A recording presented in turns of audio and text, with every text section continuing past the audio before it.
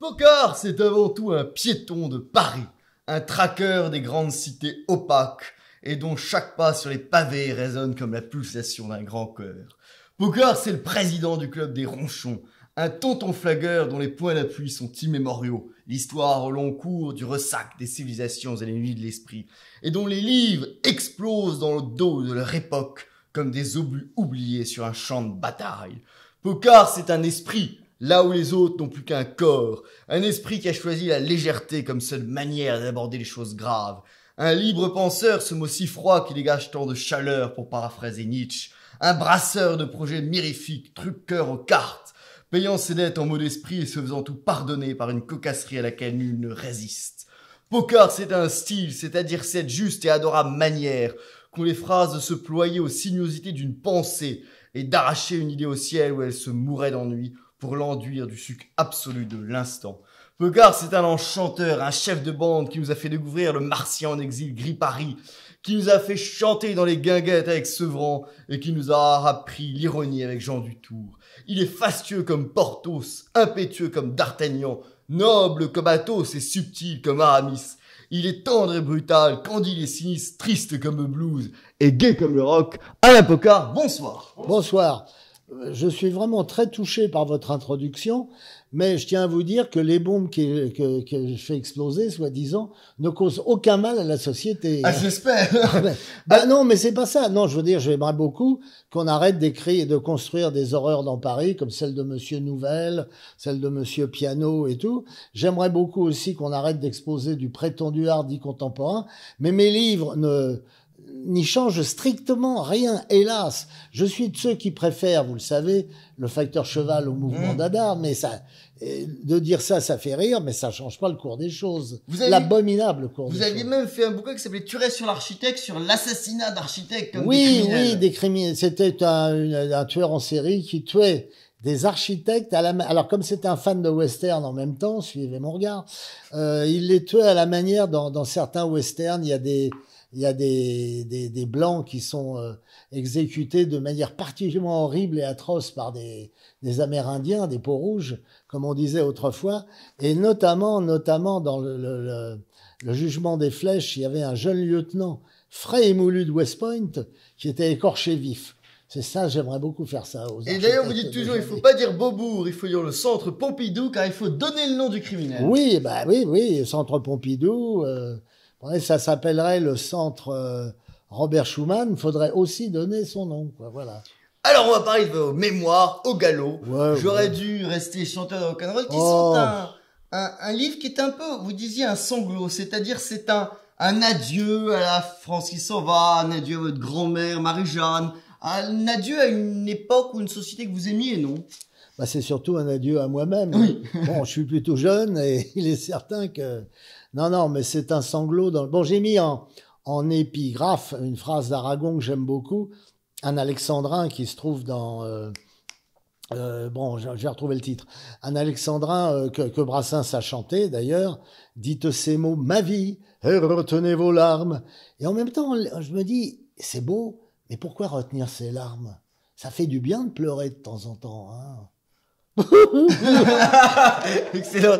Et alors, ça commence par l'évocation de votre grand-mère, Marie-Jeanne, que vous associez un peu aux années 50, c'est-à-dire à la douceur de vivre. D'ailleurs, vous disiez à un moment, nous étions pauvres, mais on n'était pas miséreux. C'est-à-dire, on était pauvres. Non, vous avez mal lu mon livre.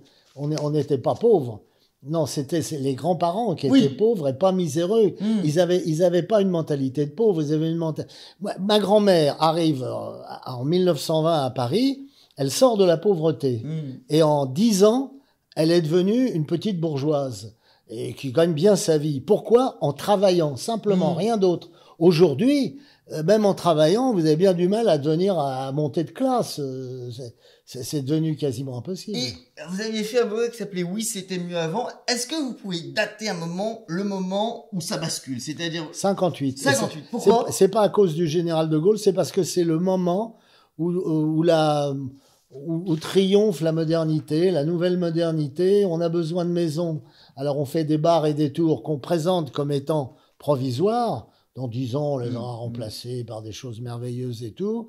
Et va arriver cette épouvantable nouvelle vague qui va se faire d'abord une réputation en crachant sur la gueule de Jean Delannoy, Julien Duvivier, Gilles Grangier, etc.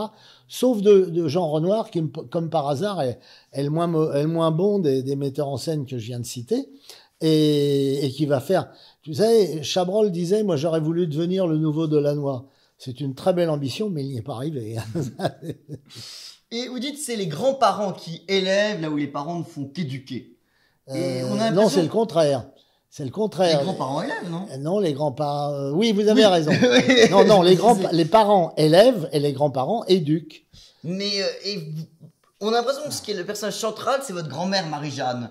Dans le début du livre, oui, parce que c'est elle qui m'a évité. D'abord, elle m'emmenait tous les jeudis dans des grands musées français, musée des colonies, qui s'appelait plus colonie, heureusement, s'appelait musée de la France d'outre-mer.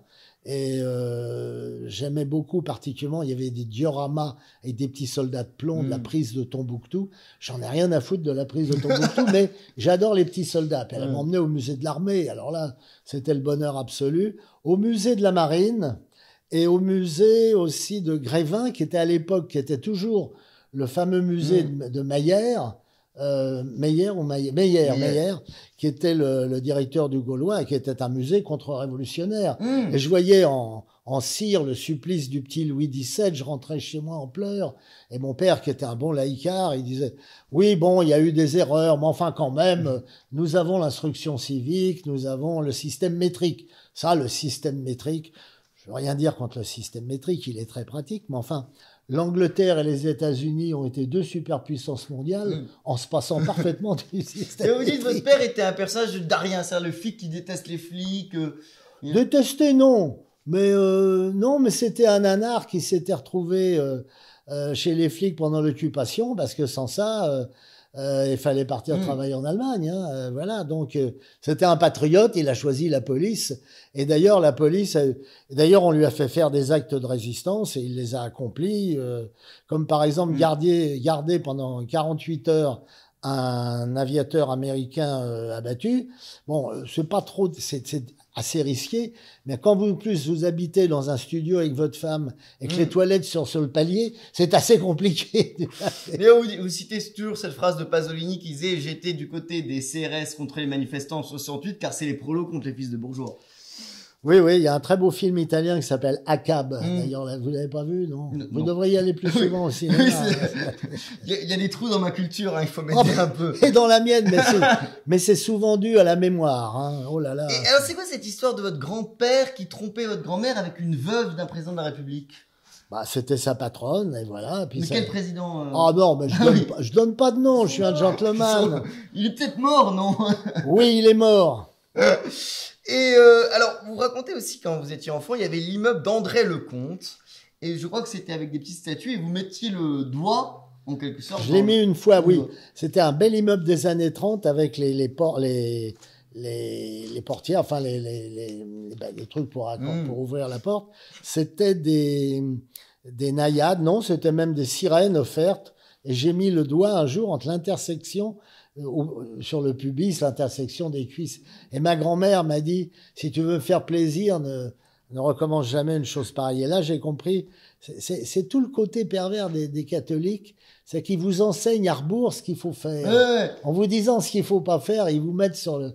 C'est pour ça que le catholicisme est très supérieur au protestantisme, à tous les autres religions. Et d'ailleurs, vous dites que souvent, même quand vous alliez en face de l'hôpital Saint-Lazare, où il y avait toutes les prostituées qui étaient là, vous dites vous êtes contre l'éducation sexuelle parce que l'important, c'est l'interdit, c'est le fait de transgresser quelque chose. À partir du moment où on parle de cul à table avec ses parents, tout est possible, ça n'a plus aucune excitation. De toute façon, il est évident. Moi, j'ai toujours défendu, par exemple, le cinéma américain du code Hays. On mesurait la longueur des décolletés, où les baisers ne devaient pas durer plus de tant de secondes, etc. Parce que ça obligeait des metteurs en scène de talent et de génie, comme Howard Hawks, comme Raoul Walsh, comme Cécile Billet-de-Mille, à transcender ça. Il n'y a pas plus pervers qu'un film de Cécile Billet-de-Mille. J'aime beaucoup le jeu de mots. Il y a Cécile Bienmille. On disait déjà ça à l'époque. Hein. Et vous citez Baudelaire qui disait « La volupté unique et suprême de l'amour gît dans la certitude de faire le mal. Et l'homme et la femme savent de naissance que dans le mal se trouve toute volupté. » Bah, j'ai rien à rajouter à Baudelaire. Oui, vous le citez d'ailleurs. J'ai recopié tel quel. Oui, et finalement, est-ce que aussi dans le catholicisme, il n'y a pas ce côté de la confession qui est un peu le plein d'essence dans la voiture? C'est-à-dire, ça va de soi qu'on doit être des pécheurs, qu'on doit se confesser, qu'on a des choses à dire. Je ne sais pas, pour une raison très simple, c'est que j'ai été élevé par ma grand-mère catholique, j'ai été éduqué par ma grand-mère catholique, mais élevé par mon père qui voulait pas que j'aille chez les curés, comme il disait. Et bah, la conséquence, ça a été que ma première confession a eu lieu il y a une dizaine d'années seulement. Ah donc oui, vous êtes confessé qu'une fois? Bah, je cherche un bon curé pour me confesser une seconde, car celui que j'avais vu, j'avais l'impression d'avoir en face de moi un fonctionnaire qui m'a récité une litanie dont j'avais strictement rien à faire, du style « Dieu dans sa magnificence et tout, c'est pas ce que je te demande. » Enfin, J'en ai un très bon qui est le curé de Maznef, donc oui, mais c'est un orthodoxe. Remarquez, j'ai rien contre l'orthodoxie. Après le catholicisme, mais le catholicisme est justement la seule foi. En tout cas, bon, le judaïsme et l'islam ne représentent pas la figure humaine, mais le protestantisme non plus d'ailleurs, puisque les crucifix, il n'y a pas de Christ. Mais le catholicisme a même un avantage quand même sur l'orthodoxie, il représente la chair. Alors vous allez me dire les icônes. Je suis pas un fanat d'icônes, hein, c'est toujours un peu la même chose. Tandis que la transverbération de Sainte Thérèse d'Avila par le Bernin qui est à Rome, là c'est quelque chose. Hein. Si c'est pas de l'érotisme. Et alors il y a votre père donc qui est policier et à qui on demande d'arrêter Sacha Guitry après la fin de la guerre. Et il y a cette phrase-là, il demande à Sacha Guitry de lui raconter un bon mot. Alors d'abord, ils voulaient pas l'arrêter. Ouais. Ils ont été chargés en tant que flics avec le brassard FFI d'aller l'arrêter. Et avec son brigadier, ils ont dit on va le laisser partir, on lui dira tirez-vous et tout. Mais ils étaient supervisés par 3 FTP communistes. Et mon père, c'est un peu comme si on m'avait demandé, il avait 24 ans quand il a arrêté Sacha Guitry, c'est un peu comme si moi, à 17 ans, on m'avait demandé d'arrêter Elvis Presley. Malade et tout. Alors évidemment, quand vous emmenez quelqu'un sous la conduite de 5 mecs avec le brassard FFI, il se passe la chose suivante, la foule est dégueulasse. Mon père m'a dit, la foule est dégueulasse, c'est de la merde, la foule, toujours. Et ça, la libération a été un enseignement terrible pour lui. Et il m'a dit, les gens ont commencé à crier à mort et tout, alors Guitry avait un peu la trouille, ce qui est tout à fait normal. Et mon père lui dit, écoutez, je suis un de vos lecteurs, vous êtes mon écrivain préféré. Racontez-moi plutôt un de vos bons mots. Et dire, ah oui, bien, vous voyez, la semaine dernière, j'ai reçu une lettre d'une admiratrice de province qui m'a dit, cher maître, j'aimerais tellement avoir un autographe de vous. Et j'ai répondu par retour du courrier, hélas, chère madame, je ne donne jamais d'autographe et tout. Et quelques temps plus tard, dans un journal, il a lu le dernier mot de Bernard Shaw, c'était le même. Mais ça prouve que les grands esprits se rencontrent. Ça prouve pas qu'il y avait plagiat ou des conneries comme ça. Tu vois. Et alors après, votre père a affecté un truc assez drôle, c'est-à-dire la chasse aux PD sur le champ de Mars. Et il ne peut les arrêter que si les 2 bits se tiennent mutuellement. Si les 2 bits, les 2 mains tiennent. Ah oui, les 2 mains, oui. Mais s'il y a qu'une bite, ça marche pas. Les 2 bits se tiennent. Les 2, oui, ça serait très drôle. Les bits ne se tiennent pas. Hein. Elles peuvent se croiser. Bon. Oui, bon. Alors, il n'avait pas du tout le genre flic, donc il discutait plutôt avec eux en disant, écoutez, les bourgeois veulent plus que vous alliez vous tâter les bites sous leurs fenêtres. Il y avait qu'à retirer la pissotière, d'ailleurs. Hein, ça aurait été beaucoup plus simple, mais c'est très compliqué, toujours ces choses-là. Ah, il y avait les croûtenards dans les pissotières. Les croûtenards. Oui, les soupeurs. Oui, il m'en a pas trop parlé. Je sais que ça existe, évidemment. Bon. Et il leur disait, bon, écoutez, voilà. Il y en a même un qui tenait un bistrot à bar dans le quartier. Alors mon père allait boire son apéro avec ma mère tous les samedis, et puis le gars en même temps lui donnait des contraventions à faire sauter. On appelait ça une demande de tolérance. Une demande de... La fameuse tolérance dont on parle. Voilà, non, c'était pas la demande de tolérance, c'était ça va me revenir. Bon. Et alors au commissariat, de temps en temps, il faut quand même en ramener un. Mon père me disait, il y a toujours un con, Le mec, il disait, c'est vous les flics qui êtes des enculés. Et tout. Bon, très bien, on n'insulte pas les flics, voilà. Et quand j'ai raconté ça à Gripari, il me dit, mais ton père avait parfaitement raison, on n'insulte pas les policiers, voilà. Et alors, enfant, dans vos goûts, vous détestiez Bambi, Dumbo, le Petit Ah oui, Prince, oui, ça me- et Chaplin, là, vous écrivez Oh Chaplin, là là, ce sale type, merde, carrément. C'est un mec qui prend toujours la place des autres et tout. Non, moi j'étais passionné par Laurel et Hardy parce qu'ils sont bêtes dans le rôle, hein, parce que Ouais. notamment celui qui écrivait les scénarios, les gags et tout, c'était Stan Laurel. Et non, le maigre, voilà. Et il me disait, ils étaient bêtes, donc mais ils étaait bons. Ouais. Et c'est tellement rare des gens bons. D'ailleurs, la bêtise est quelque chose qu'il faut défendre, qu'on perd de... Ah ben, le problème, c'est qu'on a changé de bêtise, justement. Maintenant, il y a une bêtise contemporaine qui n'est pas celle de l'époque de Flaubert, par exemple. Et vous détestiez aussi le Petit Prince, vous disiez comme Gripari, le Petit Prince, faut l'enculer. Ah, moi, j'ai jamais dit C'est ça. Gripari qui dit ça. Non, Gripari avait dit ça à un ami qui opérait à l'époque sur une radio libre. Ça et doit être tout. Jean-Noël Mirand, non? Oui, c'est ça. Alors, lui, il était admiratif en direct, admiratif de Gripari, évidemment, mais en direct, dire, oh, le Petit Prince. Mais c'est vrai que le Petit Prince est quand même un des textes les plus particulièrement niais de l'histoire de la littérature française. Je Mais vois c'est pas. très étonnant, jamais compris. En plus, avec les petits dessins, enfin, oui, c'est très étonnant. Nabila avait dit qu'elle avait une passion pour le Petit Prince. Qui ça? Vous connaissez pas Nabila?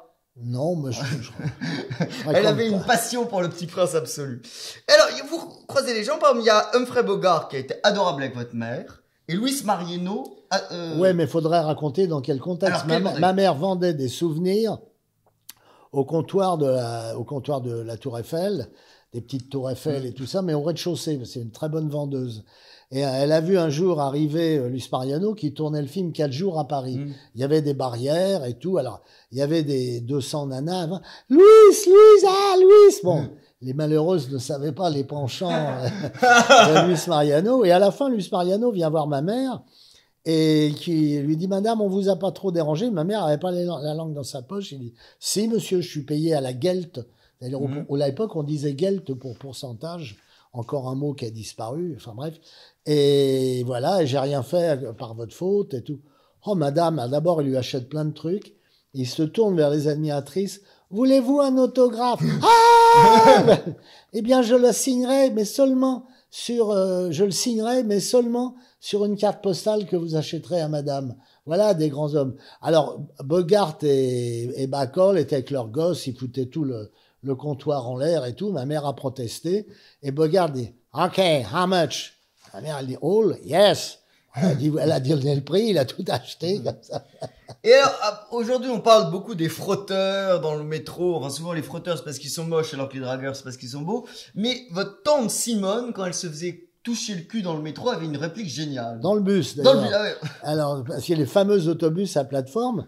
Et ça Gros lieu permet... de drague, la plateforme. Hein? Gros lieu de drague. Bah oui, et quand ça marchait pas, le mec, il sautait en marche. Tu vois, on voit encore des autobus à plateforme dans le mauvais film d'Agnès Varda, Cléo de 5 à 7. Ah ouais. Bon. Et dans d'autres, dans le costaud des Batignolles, enfin bref.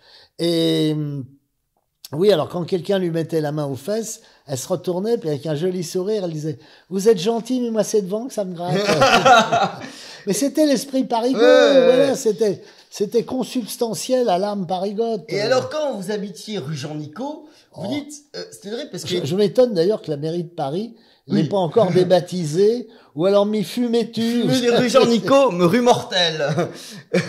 Vous disiez, c'était terrible parce qu'il y avait les toilettes sur le palier, et à l'époque, vraiment, c'était un luxe de pouvoir chier assis. On faisait du chi nautique, on chiait debout, et c'était terrible, ça. Ouais, vers l'âge de 8-9 ans, on emménage dans un grand appartement rue de Sèvres avec les chiottes assis, et ça a été un des plus beaux moments de ma vie, enfin chier assis. Ah ouais. Et en plus, quand on a la chiotte sur le palier, tout le monde va chier en même temps. C'est ça ce qui est terrible, vous dites. Oui, non, mais à l'époque, on faisait pipi dans le lavabo à condition de faire tourner l'eau. C'est les plombiers, ils disaient, vous pouvez pisser dans votre lavabo, mais faut faire tourner l'eau en même temps. Hein. Oui, d'ailleurs, vous dites aussi, une journée qui commence sans chier est une mauvaise journée. C'est vrai. C'est vrai, mais... Nietzsche disait pareil. Hein.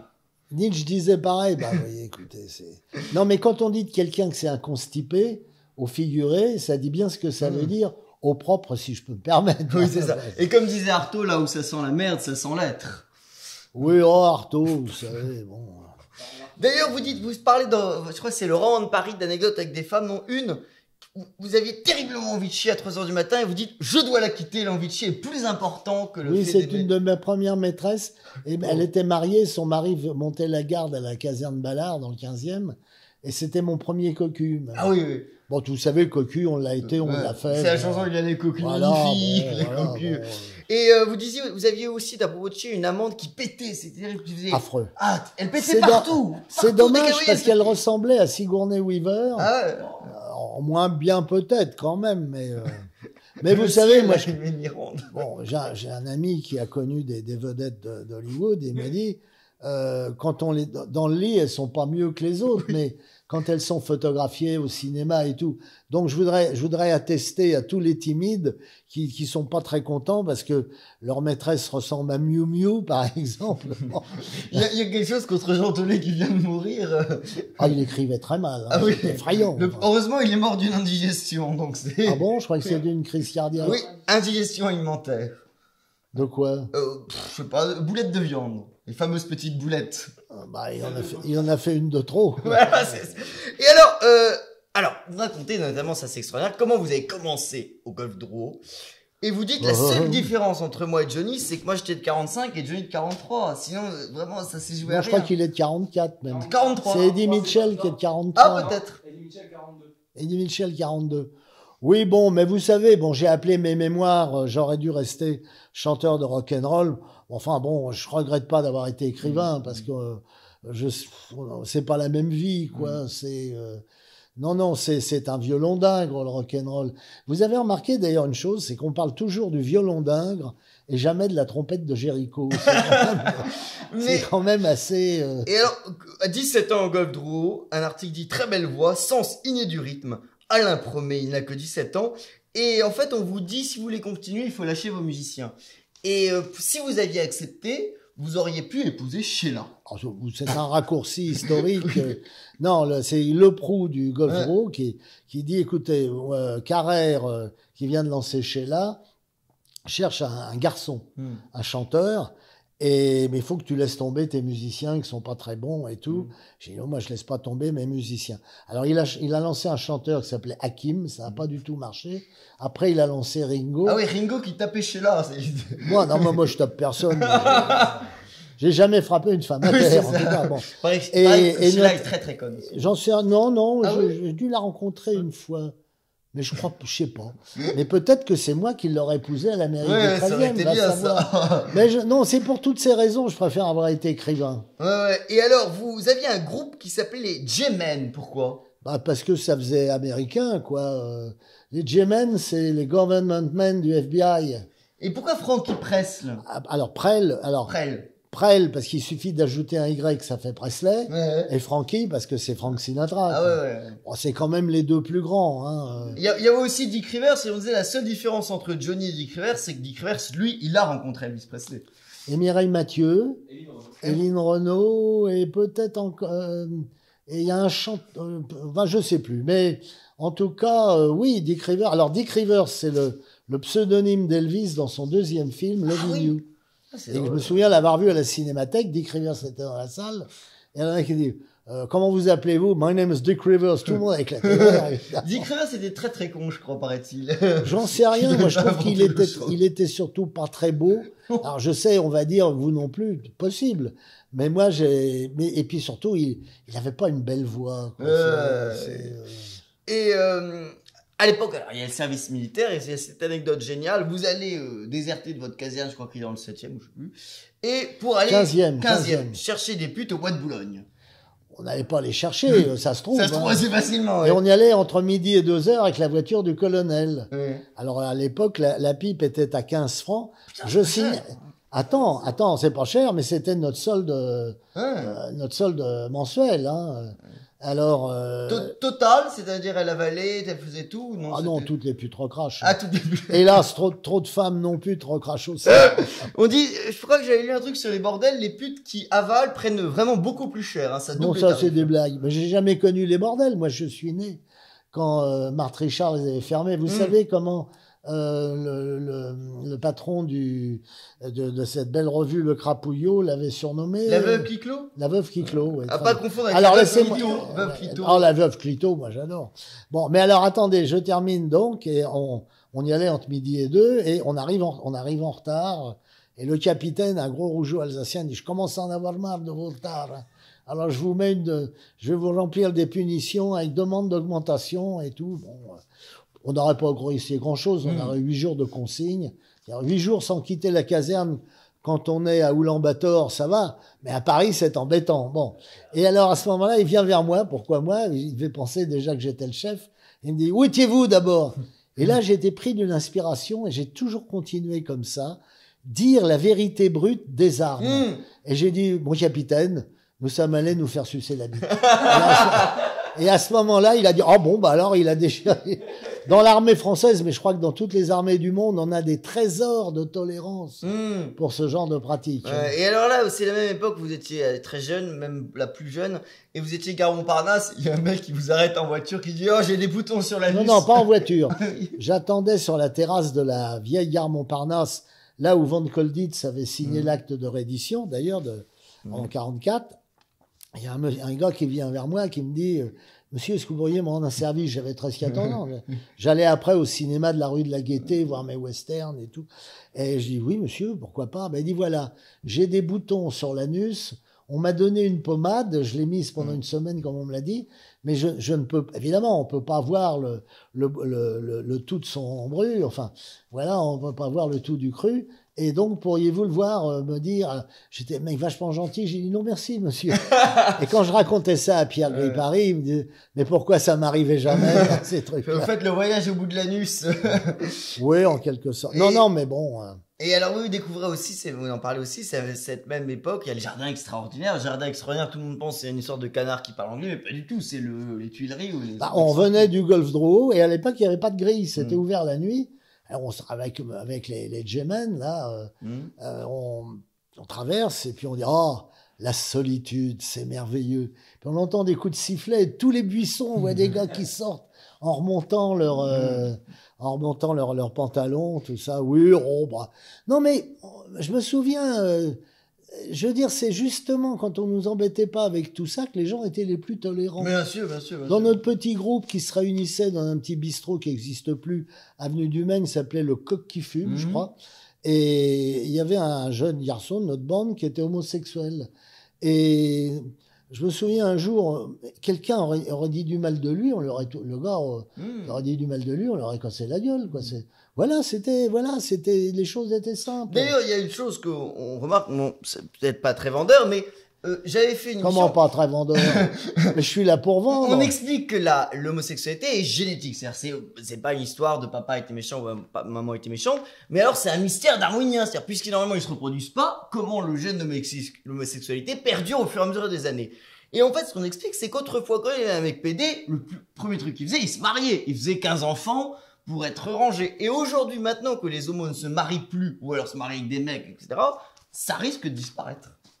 Écoutez, moi je sais pour moi, il y a deux choses qu'on peut pas être de père en fils, c'est homosexuel et pape. Oui. Voilà. Bon. C'est ça. Encore que pape, pendant la Renaissance italienne, je connais mal, mais bon. Il y avait la chanson de traîner, je t'attendrai à la porte du garage. Ouais, alors. Paraît que c'est pas sûr. C'est pas sûr, mais c'est vrai que je tâte André à la porte du garage, c'est magnifique. Sur une fausse information et un démenti, ça fait 2 événements, donc. C'est joliment dit. Secrétaire, veuillez noter ça. Voilà, c'est ça. Je trouve, alors, aussi, en 1960, vous découvrez, vous êtes là à votre fenêtre et vous voyez un couple d'internes en médecine qui s'enculent. Ah ben un homme et une femme. Un homme et une femme, oui, bien sûr. De ma fenêtre, oui. De ma fenêtre, oui, mais ça n'a rien d'extraordinaire. Et c'est quoi la blague du thermomètre quand vous appeliez les pharmacies? Ah ouais, non, ça c'était très drôle. Alors, il y avait quelqu'un qui appelait un pharmacien. Bonjour monsieur le pharmacien, oui, est-ce que vous avez des thermomètres médicaux qui à l'époque se mettaient dans le trou de balle? Et alors après, il y a eu les thermomètres qui étaient minutes, comme on disait, mais normalement, il fallait parfois les laisser, quand j'étais gosse... 10 minutes, oui. Voilà. Alors on disait, oui, est-ce que vous avez des thermomètres médicaux? Oui, monsieur, mettez-vous-le dans la réunion et tout. Bon, c'est pas drôle ça. Mais une demi-heure après, on rappelait, il y avait un autre qui rappelait, ici le commissaire Letellier de la brigade territoriale de l'arrondissement. Là. Écoutez, il y a un dangereux maniaque qui téléphone au pharmacien. Ah mais il m'a appelé moi. Oui, qu'est-ce qu'il vous a demandé? Il m'a demandé si j'ai des thermomètres médicaux. Puis comme je lui ai dit oui, il m'a dit de les mettre où je pense et tout. Ça fait combien de temps à peu près? Une demi-heure. On peut le retirer maintenant. Ah oui, D'ailleurs, la prise de température par le trou de balle est un truc qui se perd et c'est regrettable. Oh, c'était toute une famille se mettait le thermomètre. Maintenant, on le met sous les selles, sur le front, aucun intérêt. Et alors, il y a aussi... Non, mais maintenant, vous allez chez le pharamacien, ils vous... Voilà, vous êtes... Aucun intérêt. Ah, alors qu'avant... À l'épicerie. Ah ouais, alors qu'avant, c'était un rituel, c'était de la... Ouais, tout fou, quoi. Il y a aussi cette, vous croisez je crois que même vous sortez avec elle, une sorte de prostituée rue de Lambre, extraordinaire, elle ne vous parle que de nouveaux romans et d'Antonioni. Oui, alors elle me dit, faut aller voir Antonioni, on y va. J'avais vu la nuit, je crois, je m'étais emmerdé. Alors j'avais appris, et des années après, j'ai retrouvé une vieille dame dans le C'était pas Yvette l'enculée? Hein? C'était pas Yvette l'enculée? Ah non, non, mais elle est pas dans Yvette l'enculée, elle est pas dans mes mémoires. Vous savez, quand elle même. Elle aurait dû y être. Ah, mais on peut pas raconter tout. Il m'en revient tous les jours des histoires. Et cette pute de la rue de Lambre, vous l'emmenez si une communauté d'adorateurs de l'oignon. Oui. Il propose de se couper la tige. Alors oui, il disait, alors on lui avait demandé, mais alors, il disait voilà, quand on se coupe l'oignon, quand tu lui coupes la tige, il a une vie éternelle. Donc l'homme, il faut qu'il se coupe la tige, il aura une vie éternelle. Première question qu'on lui pose, est-ce que vous en faites autant? Et le gars, il avait une grande barbe et tout, il dit « Ah, je ne suis pas assez pur. » Effectivement, il avait une femme avec je ne sais combien de marmots. Bon. Et en 68, vous vivez, c'est une sorte de bourgeoise américaine de gauche qui adorait se faire baiser par des prolétaires. Mais c'est pas dans mes mémoires. Ah oui, non, c'est hors... Voilà, non. Bah non, elle disait, elle avait jamais pris le métro de sa vie, elle l'a pris après mai 68, après la fin. Elle disait, c'est extraordinaire, la conscience de classe des conducteurs de métro. Je lève le poing et le métro s'arrête. Oui, c'était très fiste avec le poing. Oh, mais vous pensez qu'à ça. Alors, maintenant, une rencontre essentielle, c'est Gris Paris. Vous dites, je l'ai vu en 3 minutes, il m'avait déjà sorti. Je suis homosexuel, j'aime le cinéma fasciste, en tout. Tout. Et je me suis dit, oui, j'ai toujours pensé ça. Ou il est complètement fou, ou c'est un génie. Oui. Littérairement, c'était un génie. Il était un peu fou quand même. Ah, dans quel sens? Bah parce que d'abord, il disait la vérité à une époque où il fallait pas la dire. Voilà, bon, qu'est-ce que vous voulez, il disait partout qu'il était homosexuel quand il arrivait, et il ajoutait même « je suis receveur ». S'il ajoutait encore... il disait pas qu'il était antisémite aussi, ce qu'il ne disait pas. Il n'était pas antisémite, il était anti-judaïque, anti-chrétien et anti-communiste. Ce qui n'est pas la même chose. Mais non, il était absolument pas raciste. Oui. Absolument pas raciste. Alors, il vous recevait nu avec sa veste de pyjama. Non, il avait il avait le bas il m'a reçu chez lui, il s'est levé de son lit. Alors, il avait le haut de pyjama, comme portaient beaucoup d'hommes d'ailleurs à l'époque, et pas le bas. Et donc, j'ai vu la bite à Gris Paris pendant 5 minutes. Puis après, il m'a dit, bien des années après, il m'a dit, tu sais, t'es pas mon type. Marchons comme ça. Et vous dites, d'ailleurs, il vivait un peu comme un clochard parce qu'il avait ses slips dans son lavabo, un tout petit appart. Ouais, alors il avait, après, il avait, non, mais il a commencé alors, il se disait anti-chrétien, ce Saligo, et on a appris à sa mort qu'il donnait beaucoup d'argent aux pauvres du quartier sans le dire. Car être chrétien, c'est pas donner de l'argent aux pauvres. C'est de ne pas en parler. C'est dans l'évangile de Matthieu, lors donc que tu fais l'aumône, ne va pas sonner de la trompette devant toi pour être honoré dans les rues et dans les synagogues, etc. Voilà. On fait le bien, mais on le dit pas. Et voilà, c'est... Et là, dans ce livre très beau qui s'appelle Pierrot la Lune, qui raconte son enfance, son adolescence, il y a un personnage qui en fait est Trenet. C'est Trenet qui l'a dépucelé.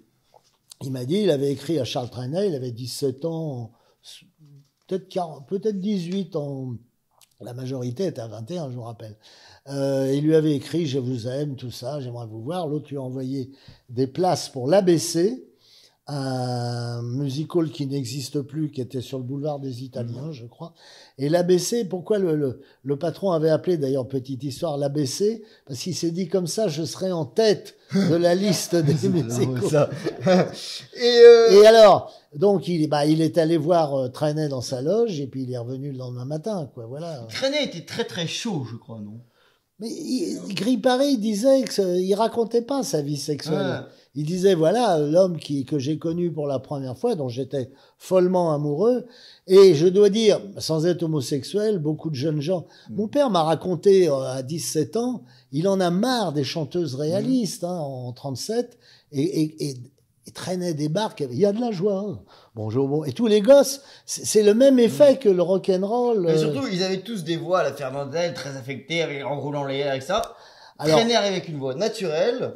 Et ça n'a pas pris une ride, alors que la plupart des... alors moi, je continue de penser que Fréhel est peut-être la plus grande chanteuse française qui ait jamais existé, et que c'est l'équivalent pour nous. C'est une chanteuse de blues, Fréhel. C'est l'équivalent de Billie Holiday, qui aux États-Unis est ma chanteuse préférée. Enfin bon, Trenet qui avait fait même de la tôle, je crois, un mois pour... Alors, il y a eu un livre qui est paru récemment de Jacques Pessis. C'était, il était parfaitement innocent. Il était allé voir la gendarmerie en disant, voilà, il y a quelqu'un qui tourne autour de moi et tout, et moi j'en veux pas, etc. Et le gars est allé, la gendarmerie était prévenue, et malgré ça, quand le gars est venu porter plainte, Trenet, mais il était totalement innocent. Enfin, comme avait dit un animateur de télévision très connu qui était très proche de Charles Trenet, il m'avait dit, oh, quand j'ai connu Trenet, j'avais 12 ans, j'avais pas encore toutes mes dents, c'était plus simple pour sucer. Alors, et alors c'est quoi cette histoire de Gripari sur un lit avec Corinne Lucher, la fille donc là-bas, Lucher. Ben non, mais le problème, c'est que pendant l'occupation, même si certains étaient quand même un peu en cours, comme Cocteau, qui avait fait la préface de l'exposition Arnaud Brecker, mais il faut pas croire que c'était un régime libre, hein, du tout, et les homosexuels étaient dans le collimateur. Mais donc les homosexuels essayaient de se montrer avec des femmes. Et Gripari me dit un jour j'arrive et Trenet me dit, vous savez, ce soir on va dormir à 3, et il s'est rien passé de sexuel. Il y avait Trenet au milieu, Gripari de l'autre et une femme de l'autre. Et j'ai réfléchi, j'ai demandé à des copains qui connaissent bien. Ça ne peut être que Corinne Lucher, qui était en quelque sorte son cache-sexe, enfin voilà. Et il s'est rien passé du tout. Hein. Mais l'occupation est quand même très ambiguë. Ça ne peut être que Corinne Lucher, mais c'est du 95%. Hein, je peux pas... Mais dans le voyage à Weimar qu'ont fait les écrivains, quasiment tous étaient homo. La Belle Bonnard, Jouandeau, Brasillac. Et en même temps, il y avait une vie assez homosexuelle, même Buisson avait écrit un livre qui s'appelait Les Phalanges Roses de l'Ordre Noir, quoi. C'était assez ambigu, quoi. Ouais, j'en sais rien. Moi, j'aime les écrivains en fonction de ce qu'ils écrivent. Ouais. Hein. Je me fiche. Bon, moi, j'aime beaucoup Roger Vaillant, qui avait tenté l'impossible quadrature du cercle en étant à la fois libertin et bolchevique. C'est impossible. J'ai essayé dans ma jeunesse, c'est impossible. Qui avait essayé de faire évader Brasillac, je crois. Moi? Non. Vous avez tous les défauts, mais pas encore. Non, Roger Vaillant. Non, Roger Vaillant. Mais attendez, il faut bien comprendre qu'après la Première Guerre mondiale, il y avait toute une partie de la jeunesse qui haïssait la guerre. Et petit à petit, il y en a qui se sont retrouvés à droite, d'autres à gauche, mais ils se connaissaient tous. Et Vaillant et Brasillac avaient écrit avec deux autres, je ne sais plus le nom, un roman collectif qui s'appelait Fulgure. Ce qui fait que, à la Libération, Vaillant, dans Paris, croise Brasillac et lui dit, écoute, et pourtant il avait pas encore la carte du parti, mais il était complètement communisant, enfin bon. Et Vaillant lui dit, écoute, j'ai une maison de campagne du côté de Nantua, dans l'Ain, je te donne les clés, tu vas te planquer et tout. Et l'autre lui dit non, bon voilà. Mais c'était ils se connaissaient tous, enfin.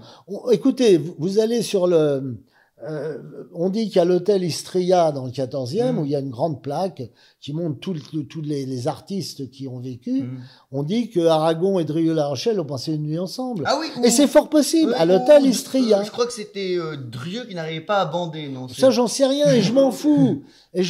Mais ce qui est certain, on le dit, et il y a de fortes chances que ce soit le vrai. Gilles de Drieux-La Rochelle renvoie un peu au Aurélien d'Aragon, quoi.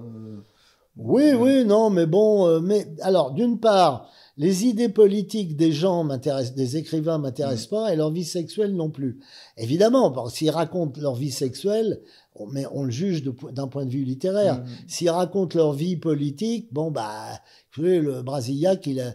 Alors, allié... Ah, vous en dites du mal dans vos mémoires. Oui, Jean Hederne disait une chose de lui, il disait, on a fusillé le moins bon des écrivains. Finalement, tant mieux, parce qu'il est resté... Enfin, Drieux-La Rochelle s'est suicidé... Mais ah oui, vous racontez cette scène des 7 couleurs où Brasillac voit le comble de l'amour de dormir à côté d'une nana sans la toucher. Ah, du jour où j'ai lu ça, j'avais 17 ans, j'ai haï Brasillac. Et tout ce que j'ai lu depuis me fait dire que c'est un puceau niais. Notamment, alors moi j'étais... un peu amoureux de son beau-frère, Maurice Bardache. J'en sais rien, mais quand j'ai lu récemment, un ami m'avait offert, parce que je préfère les journaux aux romans, m'avait offert... notre avant-guerre. Ouais. Voilà, et je me dis, je vais adorer ça. Moi, je m'en fous que le mec soit de droite et tout. J'ai trouvé ça d'une niaiserie. Alors, bon, il se trompe de camp, cet imbécile n'a pas compris. D'ailleurs, ce qui est très intéressant, c'est que tous les écrivains qui ont pris parti pour les nationalistes en Espagne se sont retrouvés dans la collaboration. Donc, le bon camp, c'était bien la République. Il y avait de bons écrivains aussi, puisqu'il y avait Malraux, Hemingway, grand écrivain, j'en suis pas sûr. Et puis, ce Saligaud, cette salope d'Orwell qui était un trotskiste. Alors, 1970, il y a une sorte de manif au siège du CNPF. Et là, vous rencontrez Marguerite Duras, que vous appelez Marguerite Duras-Voir, mais qui en fait est beaucoup plus drôle en vrai. Oh, sympa, mais sympa, rigolote. Alors, il y avait Maurice Clavel avec nous, parce qu'on prenait des démocrates, comme on dit, parce que si il y avait pas eu tout ça, on prenait 6 mois de tôle et tout.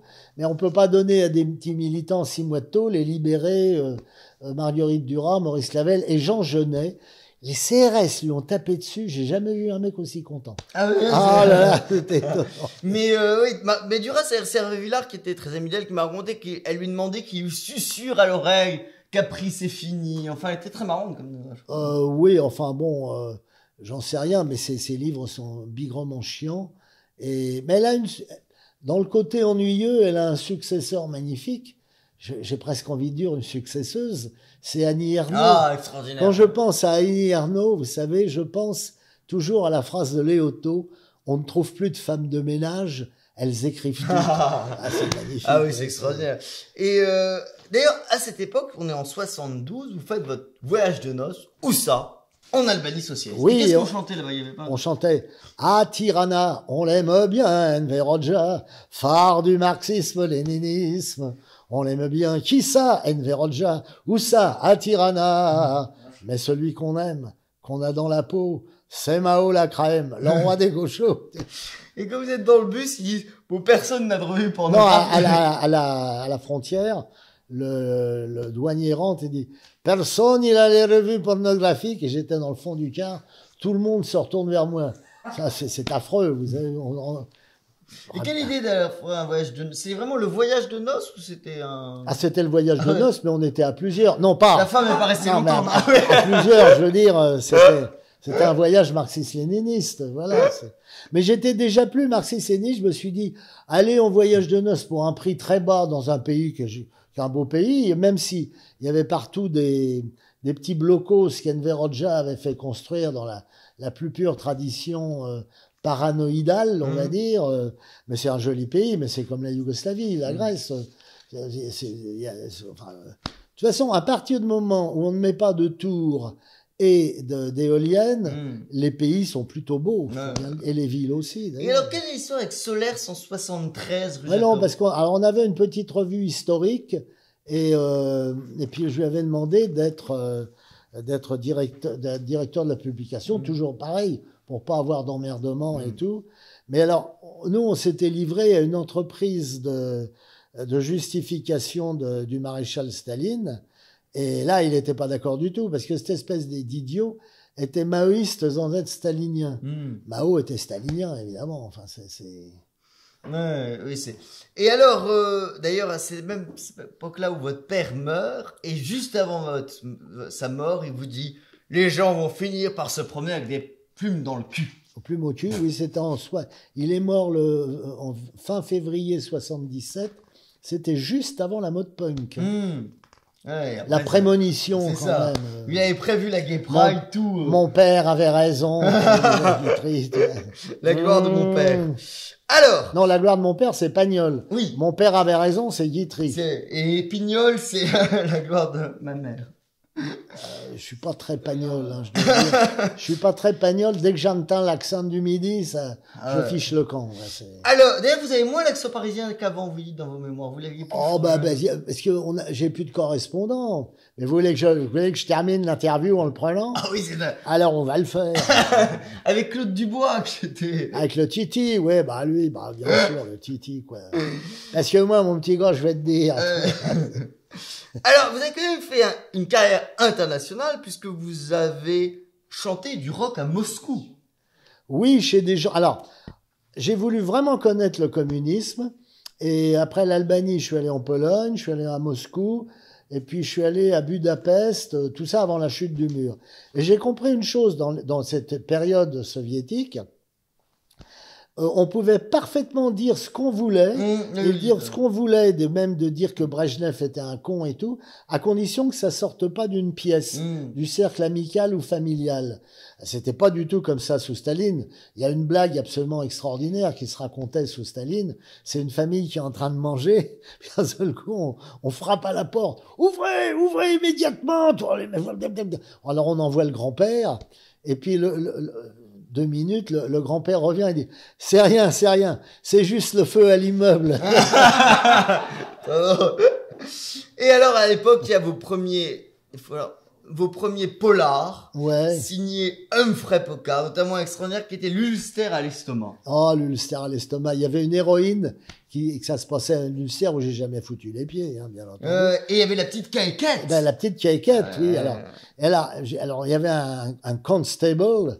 C'est un sergent, ça vient d'ailleurs du français connétable, pour la petite histoire. Alors il disait, oh, je t'ai connu, t'étais la toute petite kékette, mais t'as grandi, t'es devenue la grande et belle kékette. Alors ça faisait rire Paris. Et je lui disais, j'ai oublié, j'aurais dû la fiancer avec Hank Lee. Ah oui, Hank Lee avec la belle kékette. Qui n'a pas de lien avec Yvette l'enculée. Non, mais ça, c'est pas dans mes mémoires. Ah, la petite kékette est dans vos mémoires, hein. Ah oui. Ah oui, non, mais ça, la petite kékette. Important. Oui, la belle Et alors, kékette. une anecdote assez drôle, on est en 93, vous passez sur une radio, une télé, je sais plus, qui s'appelle TSF. Et là, il y a une sorte de grand mec con, pas beau, qui dès que vous Qui parlez... n'était pas invité et Oui. qui se met à engueuler tout le monde. Oui, qui dit, mais t'es qui, toi? T'es personne! Et Et qui était cette merde? Eh ben, c'est un type qui a pas grand talent et qui est très antipathique, c'était Jean Reno. Mais j'ai un copain, bon, je vais le citer, mon ami Frédéric Dutour, qui est un jour dans le train, et il y a un gars qui vient, il dit, je suis le secrétaire de Jean Reno. Oui, bonjour monsieur. Est-ce que vous pourriez lui céder votre place auprès de la fenêtre? Non. Il a joué dans le seul film Le Grand Bleu où les dauphins jouent mieux que les acteurs. Oui, Oui, oui. c'est ça. Alors, je me suis perdu. Extraordinaire. Pauvert, le guide Pocard des filles de Paris. Ouais. Alors, ça c'était très drôle parce que vous dites, bon, c'était un guide, alors, il y a des petits symboles, des petites étoiles, des petits machins, des petits... Oui, des comme petits c'était bics. un guide, alors, au lieu de mettre des fourchettes et des couteaux, par exemple, alors, selon l'intérêt du quartier, pour les filles et tout, alors, il y avait des petites bites qui se levaient, comme ça, voilà. Bon. Et vous dites à Pauvert, mais pour faire ce guide, je veux quand même me rafraîchir un peu la mémoire. Est-ce qu'il n'y aurait pas des frais de représentation, hein? Il m'a dit, il y a un avaloir, mais il n'y a pas de frais de représentation. Et ce livre, ça va être extraordinaire, va obtenir la médaille d'argent de la ville de Paris. Comment? Oui, mais bon, on a un peu triché avec des copains à l'époque. C'est-à-dire, on a des copains qui étaient, comment on appelle ça, de la mairie de conseillers Paris, municipaux. Ils ont demandé la médaille d'argent pour le guide Pocard de Paris. Ouais, on avait oublié des filles. Ouais, c'est ça, ils avaient typexé. Et vous racontez donc des histoires géniales avec des prostituées. Par exemple, cette prostituée qui un jour vous dit « Oh, tu m'as excité, je sens que je vais jouir au prochain client. » Ah oui, mais c'est un truc classique. Elle voulait dire par là, bah reste, reprends-moi tout de suite. Bon, vous savez, une fois que l'homme est content, hein, c'est. Il y a une très belle chanson d'ailleurs que chante Marilyn Monroe. After you get that you want, you don't want it. Une fois que vous avez obtenu ce que vous en voulez plus. Voilà. Et cette fille qui monte avec un flic et qui dit « Oh, pas lui, il a une bite d'assassin. » Ah non, mais ça c'était une blague que m'a raconté mon père. C'était les flics dans le bois de Boulogne qui faisaient la tournée et ils laissaient les filles tranquilles, mais de temps en temps, Bon, il y en a une qui est montée dans le car, voilà, pour avoir la paix. Elle voit un mec, elle dit non, pour lui, il a une bite d'assassin. Voilà. Mais est-ce que maintenant, il n'y a plus tellement de bulles? Parce que rue Saint-Denis, elles ont toutes 90 ans. Et au Bonne-Bonne, il n'y a plus que des travestis. Enfin, il n'y a plus... vous n'avez pas des bonnes adresses. Mais non, mais ça veut dire surtout une augmentation considérable des prix. Ouais, bien sûr. C'est-à-dire que maintenant, c'est par Internet, tout ça. Oui, il n'y a plus de putes, il y a des escortes. Qui sont une des putes plus chères, en fait. Qu'est-ce que vous voulez que je vous dise? Tout fout le camp, quoi. Comme on dit, les femmes que l'on paie ne sont pas celles qui nous coûtent le plus cher. C'est vrai. Non, mais le drame, dans le politiquement correct, c'est que le puritanisme, au fond, ne veut pas interdire ce qui lui plaît pas, il veut pas que ça se voit, c'est tout. Voilà. D'abord, interdire la prostitution, c'est impossible. D'abord, même si on interdit, on met en prison tous les macros, tous les réseaux mafieux et tout, mais il y a toujours un jour une fille qui se dira, au lieu de me mettre la main aux fesses par mon patron, je préfère lui demander 200 €. Voilà, c'est... Et aujourd'hui, alors, on défend les assistants sexuels pour handicapés. C'est-à-dire que si on est handicapé, en fauteuil roulant, on a le droit de se taper une pub et de se faire sucer. Mais si on n'est pas handicapé, on n'a pas le droit. Ah ben moi, je suis très handicapé. Vous êtes handicapé, oui. Voilà, bon, j'ai un problème au genou. Ah oui, fameux genou. Alors, il y avait la visite chez Devereux. Alors, racontez-nous ça, Georges Devereux. Ah, Georges Devereux, c'est magnifique. Non, j'ai une amie qui me dit, écoute, Georges Devereux, c'est un des plus grands psychanalystes au monde. Il a quand même écrit un livre qui a été adapté au cinéma, qui s'appelle Psychothérapie d'un Indien des plaines. Il avait surtout écrit un livre qui s'appelle Bobo ou la vulve mythique, où il racontait qu'il avait soigné un type qui ne pouvait plus faire l'amour à sa femme avant de lui avoir rasé les poils du pubis. Et la conclusion de la cure, en quelque sorte, c'était que le type avait été stalinien et il avait été complètement bouleversé par les révélations de Khrouchtchev et qu'à chaque fois qu'il voyait le pubis fourni de sa femme, il voyait la moustache de Staline. Bon, s'il avait un ticket de métro, il aurait vu Hitler. Pourquoi le ticket de métro? Oh bah ça fait un peu moustache. Ah oui, d'accord. Bon, alors bref, mais on met plus. Ah oui, c'est vrai maintenant. Oh là là, c'est quelle mode affreuse. Oh, ouais, c'est terrible. On n'en parle pas. Alors, je termine. Georges Devereux, une amie me dit, il veut absolument te rencontrer. Il trouve que le guide Pocard des filles de Paris, tu as abattu un véritable mur, que tu as détruit quelque chose d'inconscient, conscient aussi d'ailleurs chez les gens, à savoir que c'est très mal de payer, alors que, je le répète une fois de plus, si quelqu'un veut payer pour de l'amour, il l'aura jamais. Bon, mais s'il paye pour du plaisir, on peut l'avoir comme ça. Alors le gars me reçoit, il habitait à Antony à l'époque, et il me dit, c'est formidable tout ça, vous avez brisé un tabou, tu vois, c'est important pour lui et tout, et il m'a vraiment félicité. Et là-dessus, c'est pas dans le livre, ça, malheureusement. Et là-dessus, mon ami dit, il a écrit aussi un livre sur un éloge de la sodomie. Et je vois Devereux qui tourne la tête d'un air dégoûté, il dit, ah, le con, il fout sa pine dans la merde. Georges Devereux, le grand psychanalyste mondialement. Et c'est à lui que vous dites cette phrase géniale, lui, qu'il y a deux sortes de clients qui vont aux putes. Il y a ceux qui vont aux putes car ils n'ont pas de femme, et il y a ceux qui vont aux putes car ils ont une femme. Oh, bah, je l'ai toujours dit, même avant Devereux, à Devereux. Hein, comme on dit, la phrase de Frédéric Dard, génial, il y a 3 types de femmes, les putes, les salopes et les emmerdeuses. Les putes, c'est celles qui couchent avec tout le monde. Les salopes, c'est celles qui couchent avec tout le monde, sauf toi. Et les emmerdeuses, c'est celles qui couchent avec toi. Oui, alors il y a une plus belle phrase de Guitry qui se plaint d'avoir une maîtresse collante et il dit « J'aurais dû l'épouser, nous serions divorcés depuis longtemps. » C'est drôle. Alors, c'est à cette époque-là que vous fondez l'œuvre de Claude Desronchons. Oui, 86. Voilà, qui est interdit aux femmes, aux enfants, aux animaux et aux plantes vertes. Les plantes vertes, ça a été rajouté par Jean Tullard. Il dit « Pourriez-vous rajouter les plantes vertes ? Car pour moi, elles symbolisent la bêtise écologiste. » Et alors les réunions se passent très bien puisqu'elles n'ont jamais lieu. Le club des Ronchons se réunit jamais, non? Jamais. Pourquoi se réunir? Et il y avait quand même 2 femmes. Alors pour France, c'est interdit aux femmes. Il y a Marie-France Garot et Dorman. Elles l'ont été successivement. Ah oui. Non, parce qu'il fallait Mais Geneviève Dorman était ravie d'être au club des Ronchons. Quant à Marie-France Garot, c'est une femme d'intelligence. Enfin, Dorman n'est pas bête du tout, elle était pas bête du tout. Mais Marie-France Garot était d'une intelligence extraordinaire et qui aimait faire des blagues. Ah ouais. Notamment, elle en a fait une à Kissinger avec moi, qui était bidonnante. Hein. C'est quoi la blague? Vous n'avez pas lu mon livre? Oh, mais non, mais Bon, il y avait l'anniversaire du général Gallois, ouais. Gallois, qui est un grand politologue, un grand politologue et surtout géopoliticien, plus que politologue, un géopoliticien, et qui est un des pères de la bombe atomique française, puisque c'est lui qui a obtenu en 56 de Guy Mollet le début de la nucléarisation de l'armée française, qui était très modeste au début, mais c'est Guy Mollet qui a pris la décision. Mais et d'ailleurs, il dit d'ailleurs à Gallois, il dit bon, on va le faire, mais surtout, vous n'en parlez pas aux socialistes. Hein, et donc après, bon, ça a été De Gaulle et tout. Et donc il y avait l'anniversaire du général Gallois qui devait avoir 93 ou 94 ans cette année-là. Il est mort dans sa 99e année.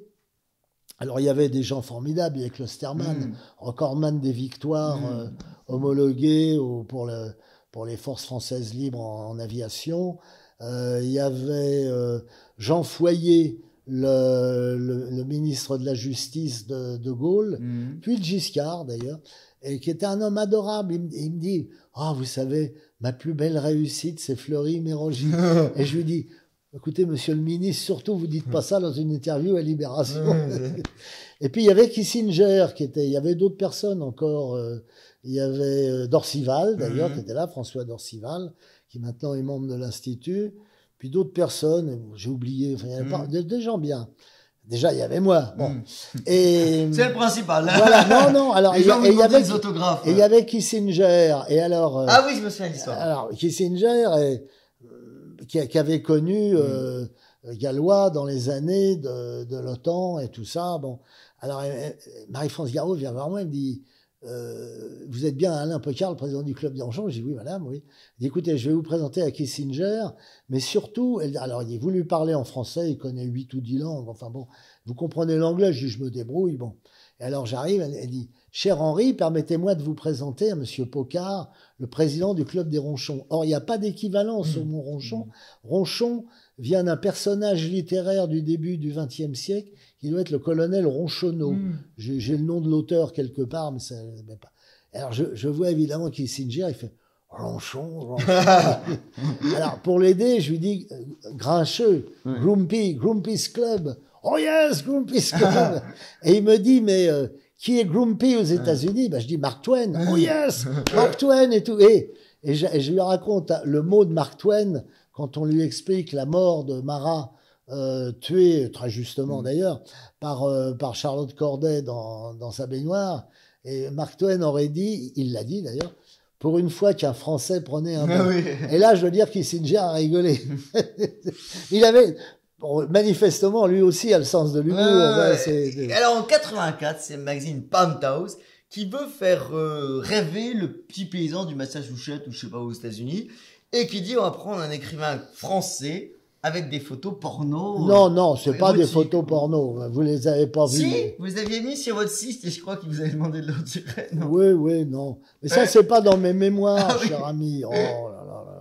Et alors, c'était quoi ce truc vous avez une moustache peut-être. Oui, à l'époque, j'ai porté une moustache. Et c'est assez vrai. C'est Monterland dit que les femmes veulent absolument que vous ayez une moustache. Parce que contrairement à ce que on pourrait penser, une moustache dévirilise. Et c'est Monterland, vous savez, c'était un de nos grands écrivains français du XXe siècle. Hein. Bon, voilà.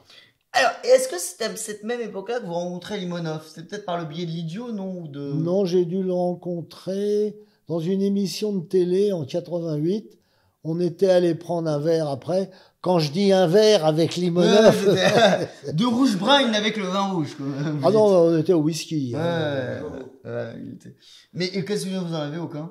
Bon, de Limonov, vous n'avez pas de souvenir particulier Non, je l'ai revu après. Et puis on avait signé une pétition quand Poutine l'avait mis en prison. Mais j'étais pas du tout d'accord avec ses idées politiques. Il avait une vision. Bon, on va pas rentrer là-dedans, mais j'aime pas voir les écrivains en prison. Voilà, c'est tout. Moi, qu'on mette des plombiers en prison, ça, je m'en fiche complètement. Encore qu'on ait beaucoup plus besoin de plombiers que d'écrivains. Hein. Si vous avez besoin d'un plombier à 11h du soir, vous êtes bien content de le trouver. Un écrivain, même à 2h de l'après-midi, on s'en fiche complètement. mais oui, il avait été mis en prison parce qu'il avait fait une sorte de camp autonome de combat dans l'Alta. C'était un truc un peu... Tenez, jeune homme, pourriez-vous me resservir un peu? Non, mais sans blague. Est-ce que c'est à cette même époque-là que vous rencontrez Yvette l'enculé? Mais non, c'est bien avant. Mais j'en en parle pas dans mes mémoires. Nous, on a fait les mémoires interdites, quoi, les mémoires. Non, mais vous comprenez, je sais plus qui est. Je me demande si c'est pas Neruda qui a écrit un bouquin qui s'appelle J'ai plus de souvenirs que si j'avais 1000 ans. Je crois que c'était Jacques Vergès qui avait écrit ça. Ah, peut-être. Mais Jacques Vergès a écrit un bouquin qui s'appelle J'ai plus de souvenirs. Enfin, il l'a pas écrit, mais c'est que j'ai plus de bouquins que si j'avais 1000 ans. Bon, mais c'est vrai avec tous mes souvenirs, j'aurais pu écrire la longueur du temps perdu de Proust, sans en avoir le génie, bien entendu. La vie est trop courte et Proust est trop long. Voilà. Ni la sexualité d'ailleurs. Comment? Ni la sexualité de Proust. Qui est-ce La sexualité de Proust. Mais je m'en fous de la sexualité de Proust. Ça, c'est les gens font ce qu'ils veulent de leur sexualité.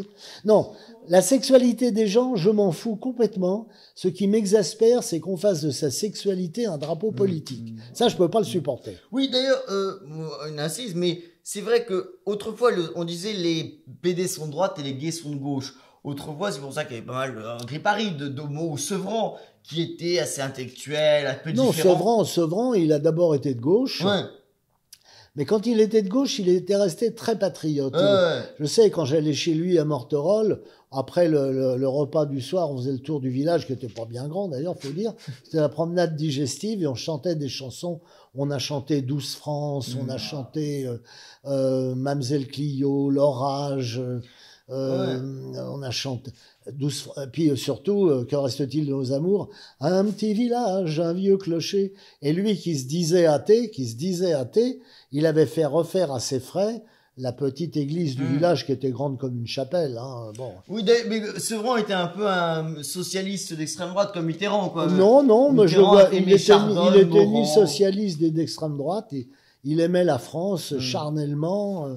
Parce qu'il avait toujours passé ses vacances dans le centre de la France, parce qu'on avait eu quelque chose en commun. Quand on était gosse, on habitait avec nos parents dans des petits appartements avec les toilettes sur le palier et tout, que nos parents étaient des gens du peuple, son père était chauffeur de taxi, mon père était flic, mais très vite il a arrêté et puis il a été petit commerçant, mais dans un esprit populaire, parigot, franchouillard. Je revendique le terme de franchouillard. Je suis franchouillard. D'ailleurs, ses mémoires Sevran parlent tout le temps de vous, et tout ce qu'il n'ose pas dire lui-même, tous les trucs un peu réac, il dit mon ami Pocard l'a dit. Oui, il était malin pour ça, mais je lui en voulais pas, moi je l'adorais. Il a été victime d'une cabale en racontant des mensonges sur une prétendue phrase qu'il n'a jamais écrite ni jamais prononcée. Et d'ailleurs, les attendus qui ont été prononcés pour le relaxer aux dépens des organisations antiracistes ont signalé que non seulement il n'était pas raciste, mais même qu'il se préoccupait des gens qui étaient victimes de la faim en Afrique. C'était ça qu'on lui reprochait. Voilà. Bon, mais bon, il y avait même aussi sans doute dans ces attaques un peu d'homophobie. Je fais pas de le voilà, enfin, mais tout existe, le racisme existe évidemment, mais l'antiracisme c'est autre chose. L'homophobie existe, mais l'anti-homophobie des groupes est autre chose aussi. Voilà, bon. Est-ce qu'on pourrait être un peu normal? Je me fous, je vous dis que les gens soient homosexuels, d'une religion différente de la mienne et tout. Mais Gripari disait la vérité, c'est les masses qui nous embêtent, mais les individus, mais les individus sont formidables.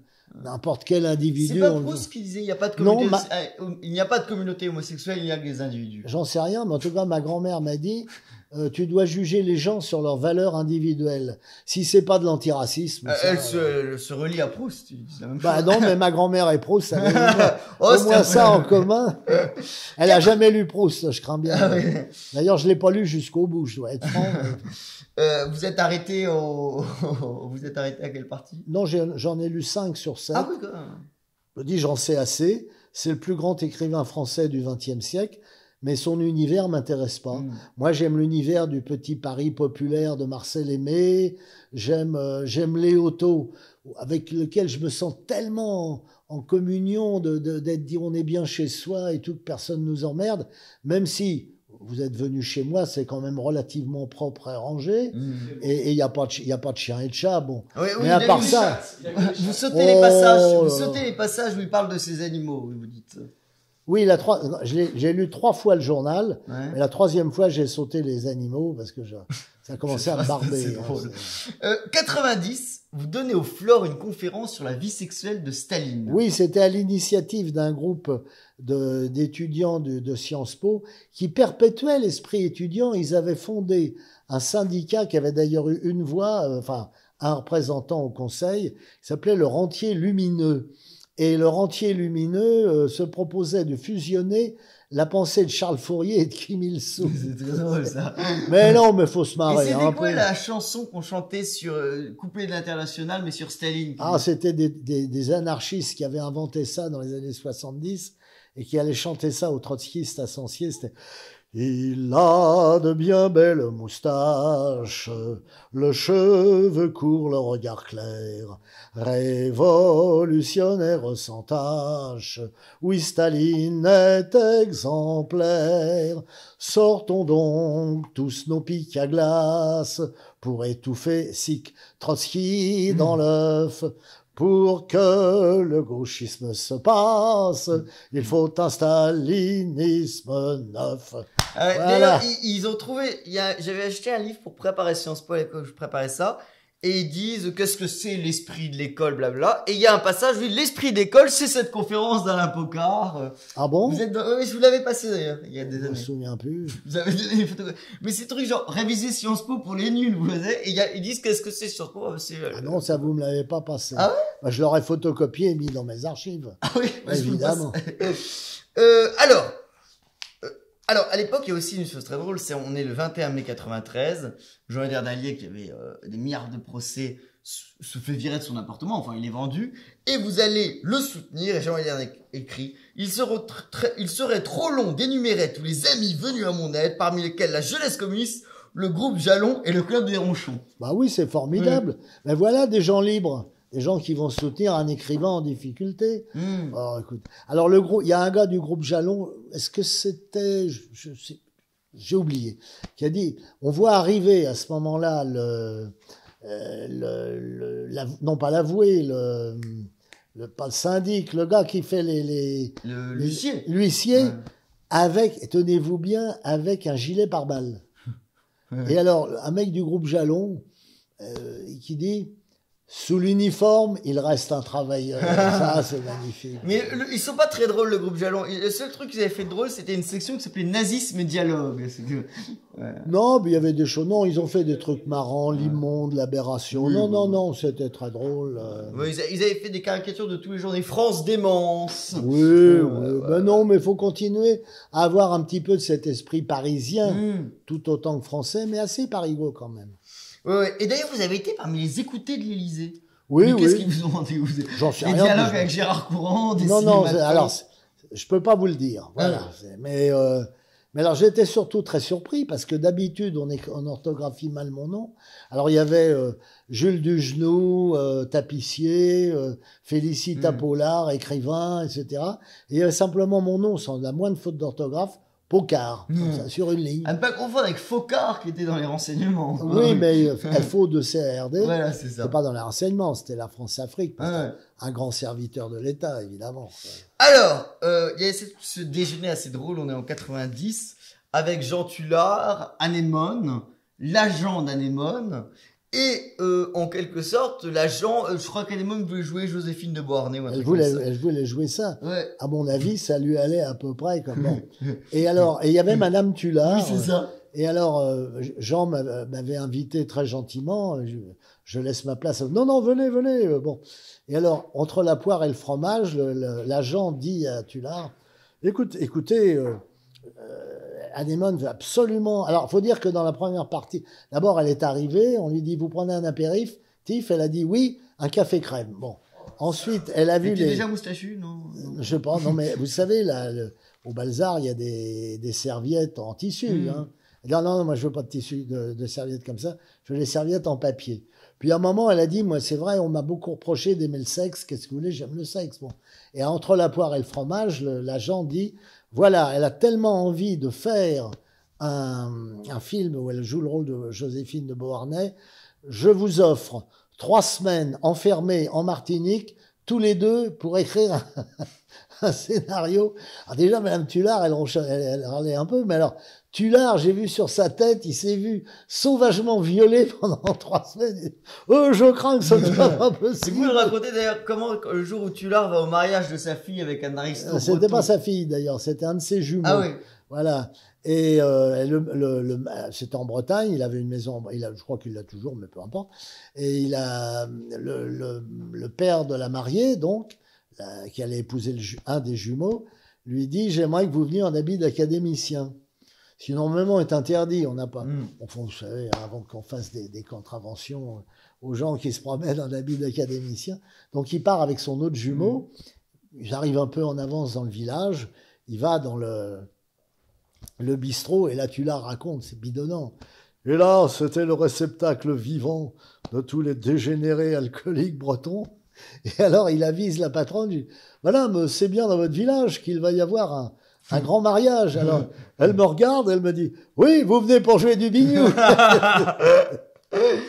Alors en 98, vous sortez La crétinisation par la culture, sur lequel Zemmour a tout piqué. L'histoire des prénoms, c'était vous le premier. Oh oui, mais c'était dans... Il a tout volé. Non, mais c'était dans l'air du temps, quoi, voilà. Non, puis mon livre s'est vendu à 6000 exemplaires, ce qui était déjà pas mal pour un bouquin édité à l'âge d'homme. Les siens se vendent à 300 000. Bon, non, je suis pas jaloux. Il aurait dû vous citer quand même. Mais j'ai été une fois avec lui dans un c'était à l'Assemblée nationale à l'initiative de Dupont-Aignan, un colloque sur la liberté d'expression. Il a dit une chose remarquablement intelligente. Il a dit que la première attaque contre la langue française, donc la première attaque du politiquement correct, c'est le nouveau roman. Et c'est très bien vu. Et je lui avais dit, mais il faut écrire un texte là-dessus. Il m'a dit, j'ai autre chose à faire. C'est ce colloque-là où il y avait Renaud Camus qui disait oh, Pocard et Zemmour sont vraiment des surhommes, ils parlent sans notes. Oui, c'est à cause de ça. Ouais, oui. c'était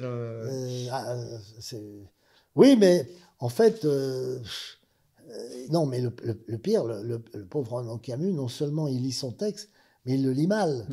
Et c'est pas bon. Alors, 95, c'est les Serbes. Alors déjà, j'ai une question que je me pose. Pourquoi vous avez défendu les Serbes? Vous dites que c'était les copains, BHL et Glucksmann étaient contre eux. Est-ce qu'il y avait d'autres raisons ou... Mon éditeur était serbe, mais il ne nous a jamais rien demandé. Et quand on a dit on veut faire quelque chose, il nous a même dissuadés. Non, c'est en août 95, en 2 jours, 150 à 200 000 Serbes sont projetés hors de la Krajina, qu'on appelle également la Slavonie occidentale, par des troupes croates, et appuyées par des MiG de l'armée croate et tout ça encadré par les Américains et les Allemands, alors que ces gens-là étaient là depuis des siècles. Bon. Et on voit ce titre immonde dans Libération, la capitale, c'était un gros bourg, hein, Knin libéré. Non, on n'est pas libéré, ils étaient là depuis des siècles, enfin. Les Serbes de Krajina s'étaient installés là parce qu'ils avaient fui les Turcs, et ils avaient proposé à Vienne, à l'Empire austro-hongrois, d'être leur garde-frontière. Mais ils ne passaient pas par les Croates, ils allaient directement faire leur rapport à Vienne. Et c'est cela qui a déchaîné aussi la colère des Croates. Ouais, j'avais parlé à Jean-Paul Enthoven qui avait beaucoup avec BHL soutenu croate, et je lui ai dit pourquoi. Il m'a dit oh, parce que les Serbes mangent de l'ail, c'est pas bon ce qu'ils font. En tout cas, moi j'ai mangé en République serbe, c'est-à-dire la partie serbe de la Bosnie, qui a rien à voir, qui n'est pas la République de Serbie. J'ai mangé la meilleure viande que j'avais pas mangée depuis les années 50. Oui, vous dites que les femmes étaient belles et sexy. Ah, je crois que Belgrade est la ville en 95, en arrivant, où j'ai vu le plus de belles femmes au mètre carré. Ah oui. Et la presse était assez libre.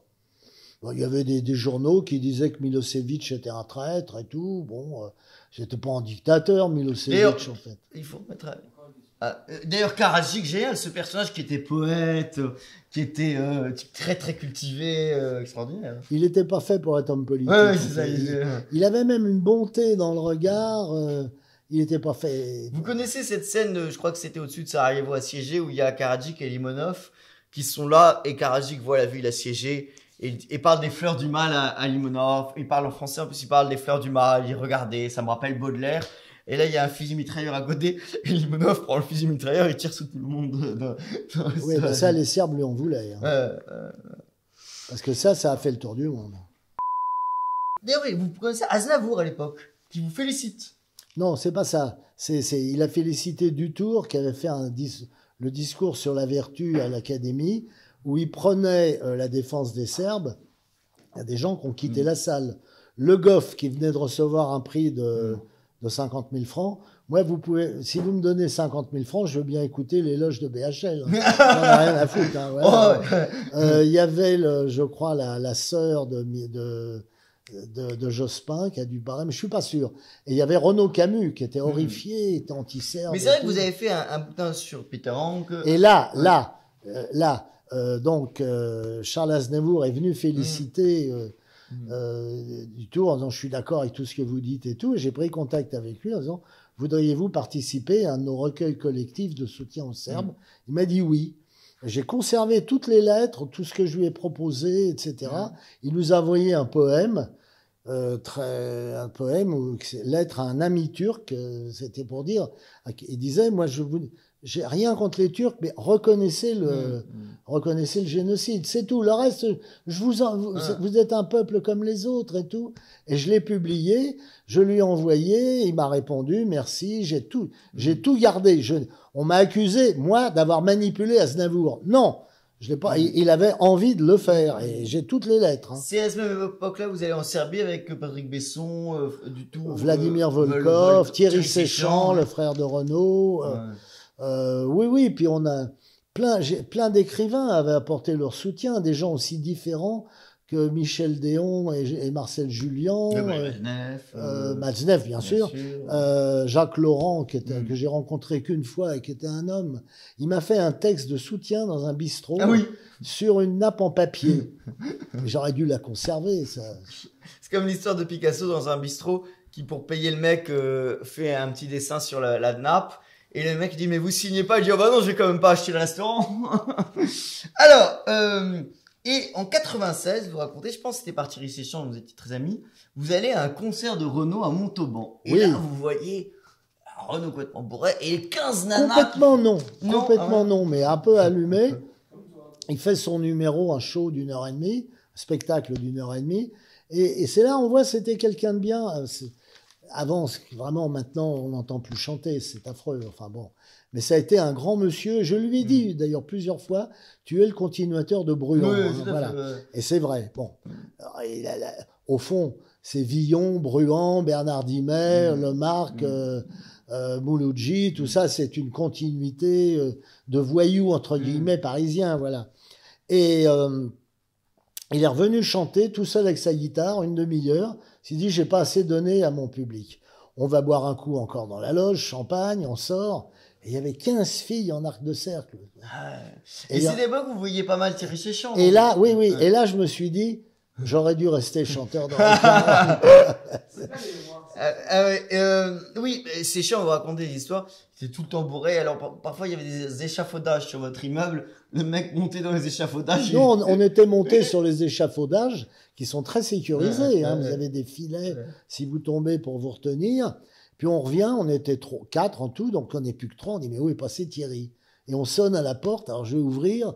Il s'était trompé de fenêtre, c'était en été. Il était rentré chez les voisins pendant qu'ils étaient en train de baiser, alors évidemment. Ce que m'avait dit Patrick Besson, ce qui est terrible de Thierry Séchant, c'est qu'il aimait même pas l'alcool. Il aimait le Coca-Cola, la limonade et tout, mais il buvait tout le temps, quoi.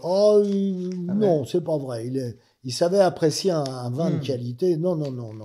Mais il était un peu voyou, vous dites. Un peu blouson doré, je dirais. C'est pour ceux qui ont compris. Il a connu les années 60. Mais bon, mais c'est un garçon qui avait du talent. Mais Et beaucoup de talent. Il a écrit des textes. Il y a une petite nouvelle qui s'appelle La peine de Morte. C'est l'histoire d'un gars qui se prénomme Morte, qui est magnifique. Et puis, il savait écrire. Il écrivait un très bon français. Il y a des trucs. Il beaucoup fait de un talent. truc très drôle avec le gars, ça s'appelle Nos amis les chanteurs. Oui, mais alors ça, c'était bon, et c'était très drôle, et puis, mais ça a fait des cartons. Mais il a fait des petites choses, des nouvelles, un roman ou deux, je sais plus, qui étaient de grands talents. Mais qu'est-ce que vous voulez, l'alcoolisme, ça vous empêche quand même d'être écrivain. Hein. Même les seules émissions, on le voit à la télé, il tremblait, enfin, c'est terrible. Alors, vous dites, à propos de vos idées politiques, vous dites, je suis pour la monarchie absolue tempérée par l'assassinat. Et vous dites, d'ailleurs, je suis gaulliste comme Dutour, et finalement, personne n'aime les gaullistes, parce que les gens d'extrême droite, ils n'aiment pas les gaullistes, les gens de gauche, ils n'aiment pas les gaullistes. Donc, en fait, les gaullistes sont un peu ce que l'homosexualité était à l'époque de Oscar Wilde, c'est-à-dire des bannis, des marginaux, des frics. Brassens a fait une chanson dans laquelle, vous savez, les trompettes de la renommée, et il y a un couplet sur l'homosexualité que je chantais d'ailleurs à Morterolles avec Pascal Sevran, tout le faisait rire, où il dit « Le crime pédérastique aujourd'hui ne paye plus ». Et c'est vrai qu'aujourd'hui, Oscar Wilde n'irait plus en prison. Et tant mieux. Mais aujourd'hui, les gens qui iraient plutôt en prison seraient les gens qui sont patriotes, gaullistes, etc. Oui, bon, enfin... Mais tant pis, bon, c'est comme ça. Alors, l'Académie française, c'est au fauteuil de Dutour, vous avez eu deux voix, qui étaient qui Je sais pas. C'est pas Obaldia, non? Je l'ai rencontré avant, c'est un homme charmant, de grand talent, mais je sais Mort pas. si jeune. On ne sait pas. Oui. Comme Non, mais James alors, Dean. il avait publié un bouquin qui s'appelait Le Centenaire, et qui ne voulait pas republier, sauf quand il aurait 100 ans. Et donc, il l'a republié, car il a dépassé les 100 ans. D'ailleurs, c'est très drôle, quand René Obaldia est né, sa mère voulait pas de lui, alors elle avait pris des plantes avortives. Ah bon, il vous l'a dit? Oui, parce que j'avais vu pas mal de fois, il m'a raconté. Et du coup, il est né avec des plaies partout. Rien n'allait quand il est né. On a dit, oh, il vivra une semaine maximale, quoi. Ah non, mais ça fait partie des gens de grand talent. Non, mais de temps en temps, comme disait Dutour, un jour je lui dis, mais quand Jacques Laurent s'est présenté, il s'était fichu de vous parce que pour votre gaullisme et tout. Qu'est-ce que vous avez fait? Il dit, j'ai voté pour lui. Il n'y a pas tous les jours un écrivain de grand talent qui rentre à l'Académie française. C'est assez évidemment. Obaldia, j'ai eu pas mal à l'époque et il voulait me donner un numéro de téléphone. Alors, c'était complètement lunaire parce qu'en fait, évidemment, il n'avait que les numéros de téléphone de Louis Jouvet, Michel Morgan. Enfin, c'était... Michel Simon. Michel Simon, ouais. Et il raconte, oui, qu'il était un peu soupeur et qu'il avait une... Michel Simon. Oui, Michel. Pas Obaldia. Ah, non, Obaldia. Et d'ailleurs, chose amusante, on se demande, moi, c'est amusant, pourquoi les gens vivent si vieux? Pourquoi Obaldia a vécu 104 ans? Et j'ai remarqué, beaucoup de gens qui vivent très vieux sont des gens pas très stressés. C'est-à-dire d'Obaldia était un type, il avait été prisonnier pendant la guerre, il dit, oh, c'était amusant, c'était marrant. Tout avait l'air de passer, il avait l'air de planer complètement. Rien ne l'angoissait, rien ne le stressait, il était en pleine forme. Peut-être ça, c'est aussi l'image qu'on donne. Bon, mais cela dit, moi, je vais pas vivre vieux parce que je suis très stressé. Ah ouais, dans ce cas-là, moi, je vais mourir demain, quoi. Voilà, bon. Et la deuxième voix, vous savez pas qui c'était? Non, peut-être Déon, peut-être. Je ne sais pas. Non, il n'était pas là. Michel Mort? Oh, j'en sais rien. Puis, non, mais ce que je voulais rendre hommage à Dutour, en me disant, je vais avoir 6-7 voix pour un coup de chapeau à Dutour. Moi, je ne voulais pas évidemment être à l'Académie française. Et attends, je termine mon verre. Et en plus, je me suis aperçu qu'une fois qu'on est mort, il n'y a pas plus terrible que les académiciens. Ils se foutent de leurs prédécesseurs, comme de leur première liquette. Hein. Et alors, vous dites avec le temps, vous lisez moins de romans, vous lisez plus des essais, des mémoires. Vous dites que le roman est quelque chose de féminin. Oui. Pourquoi Parce qu'il suffit de voir qui lit des romans. Dans le métro, dans le transport en commun, on voit encore des gens lire. Les romans sont lus par les femmes. Et ça me fait penser, on regarde les gens lire dans le métro, il y a une photo très célèbre où on voit une jeune fille dans un café qui lit Le Monde et une vieille dame qui lit Le Figaro. Aujourd'hui, ça serait l'inverse. C'est drôle. Oui, mais de toute façon, plus personne lit Libération. Hein, bon. C'est des animaux en voie de disparition qu'il faut préserver comme le dodo. Oui, alors bon, les gens protestent. C'est vrai que y a plein de journaux qui disparaîtraient. L'Humanité disparaîtrait aussi. Bon, moi, ce que je regrette, est-ce qu'il y a encore la faucille et le marteau sur le ça, s'ils le mettent plus, ça, je regrette. Quoi. Et alors, c'est quoi cette histoire où vous avez proposé à votre copropriété d'engager un immigré vêtu d'un slip panthère qui sauterait d'arbre en arbre devant votre immeuble? Ben non, c'est Je quelqu'un... suis pas sûr de l'anecdote, c'est pas moi qui Non, l'ai trouvé, celle-là. c'était au tout début de mon installation. Quelqu'un il dit, vous qui avez des idées, qu'est-ce qu'on pourrait faire pour rendre agréable la vie en copropriété? Je leur avais proposé ça, voilà. Puis bon. Et est-ce que on a l'impression aussi en vous lisant vos livres, c'est un peu le livre d'un piéton de Paris, mais le piéton de oui. Paris aujourd'hui, autrefois il poussait des portes, dès qu'il allait dans un endroit, il poussait les On portes. peut plus. On peut plus, il y a des digicodes, c'est terrible. Alors, il y a un truc, mais je vous le dirai pas. Voilà. Ah oui? J'ai pas envie que les gens fassent comme moi. C'est quoi, vous avez un Non, pass j'ai de rien à facteur? dire. Ah non, j'aurais pu l'avoir d'ailleurs. J'étais très bien avec Alors le on dit facteur. souvent d'appuyer sur les touches qui sont le plus abîmées pour voir si elles sont... Oui, mais les gardiennes ou les gardiens les nettoient. Et vous avez fait pas mal de bouquins qui sont un peu comme le Paris vécu de Daudet, c'est-à-dire vous racontez non pas l'histoire des monuments, voilà, vous racontez qu'est-ce que j'ai eu rue de Lorme, qu'est-ce que j'ai eu rue de la Guille. Mais c'est ça la vie, Paris. La vie, c'est ça. C'est moi, j'emmène deux amis me promener souvent dans Paris. C'est l'écrivain Gérard Pusset, un excellent écrivain qui est le neveu de René Fallet, et un de mes amis musiciens, Francis Cournet, qui a joué avec Nougaro, avec Michel Legrand. Il a même un jour accompagné à Paris Dizzy Gillespie ou Cap Calloway, et je les emmène promener. Et je m'aperçois que ces gens qui sont nés à Paris, qui ont le même âge que moi, ils ne connaissent pas Paris. Ça se perd, les promenades dans Paris. Quoi. Et tant mieux dans un sens. J'évite de dire les bons coins parce que je veux pas rencontrer Vous êtes très Nouvelle-Athènes. Ah oui. Oui. Mais là, alors là, quand on appuyait sur les boutons, une fois sur trois, on avait un jardin intérieur avec un hôtel particulier. C'était magnifique. Et alors, c'est très amusant dans le roman Paris, vous racontez alors des histoires de culs qui sont arrivés. Par exemple, ce couple qui vous propose de faire un plan à trois, vous commencez par... Non, c'est pas dans mes mémoires. Ah oui, ça c'est... C'est pas dans mes mémoires. Voilà. Non. Mais oui, il y a un côté Paris vécu, et vous dites, je discute avec des fantômes, en fait. Ah, je discute pas. Ils sont là, enfin. Ils sont là. Mais vous vous imaginez pas quand même que là où nous sommes, dans la rue où nous sommes, qui est proche d'un cimetière, vous pensez pas qu'ils sortent pas de temps en temps de leur tombe pour venir nous rendre visite. Faut vraiment... y a rien... Tout le monde a droit à ses conceptions, ses croyances et tout, mais il faut vraiment être bête comme un athée pour penser qu'il n'y a pas de fantôme. Quoi. Bon, enfin, et vous avez même fait, vous êtes engagé dans la vie parisienne, puisqu'en 2017, vous avez fait la campagne du ciel. Ah non. Ah si, il y a un clip du ciel où on voit avec Paul-Marie Couteau. Ah oui, non, il m'avait interviewé. interviewé sur la tour Montparnasse, qui est une abomination. Plus belle vue de Paris, car on ne la voit pas. Ouais. Voilà, exactement. Non, moi je fais pas de politique. Non, mais je veux dire, je vais à de la politique le jour où un président de la République me dira Alain Pocard, venez chez moi, venez à l'Élysée, vous allez me dire les bâtiments de Paris qu'il faut détruire. Quoi.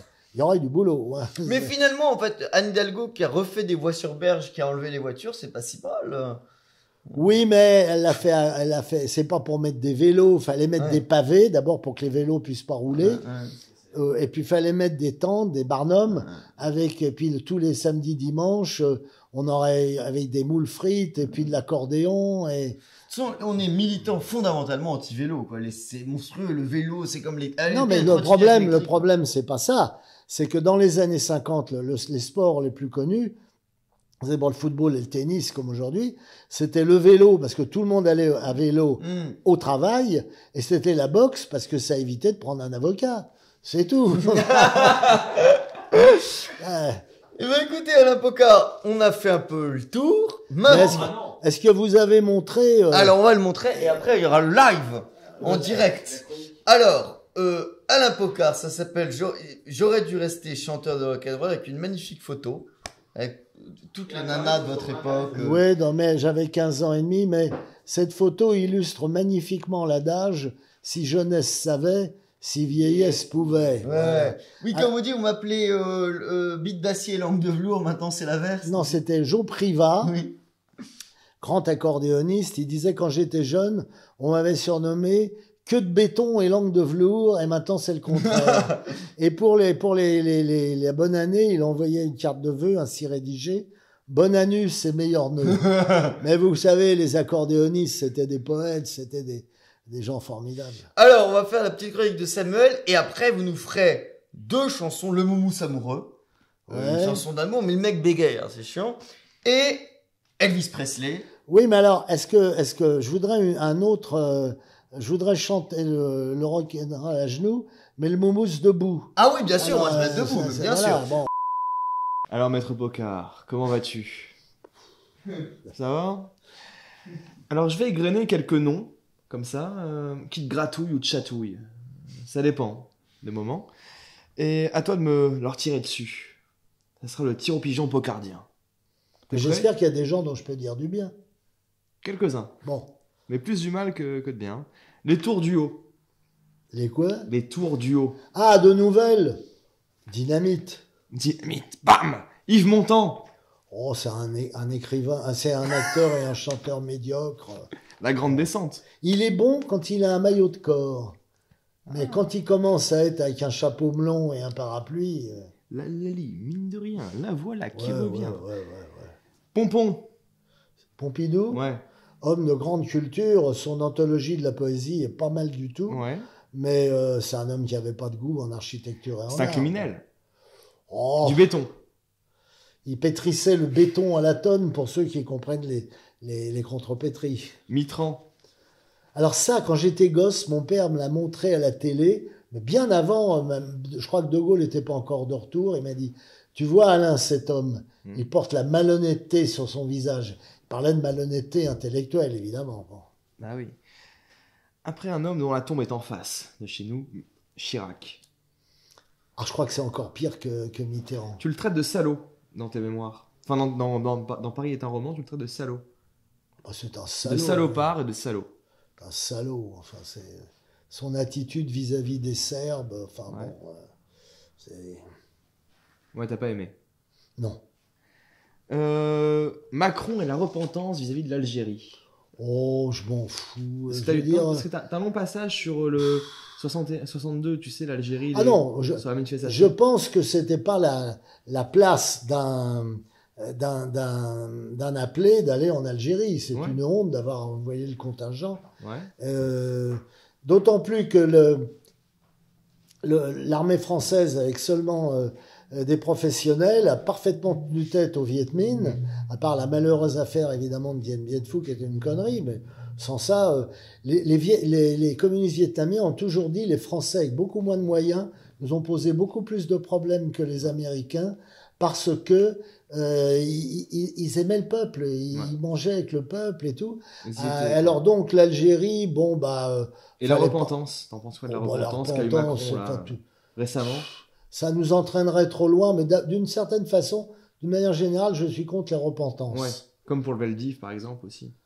Mais non, mais Ouais, attends. voilà. Toute repentance. c'est- Alors, s'il y a quelqu'un qui est anti-négationniste, oui, c'est je moi. sais, oui, je Bon. sais, oui. Mais je voudrais qu'on reprenne ce que dit le grand historien Raoul Hilberg, qui a écrit un livre qui s'appelle La destruction des Juifs d'Europe, où il dit quand même que de tous les pays occupés, celui où on a le plus et le mieux protégé les Juifs, c'est la France. Moi, je m'en tiens à ce que dit Les Raoul Juifs français, Hilberg. oui. Ouais. Raoul Hilberg, on le voit d'ailleurs dans le film de Lanzmann, Shoah, Shoah, oui.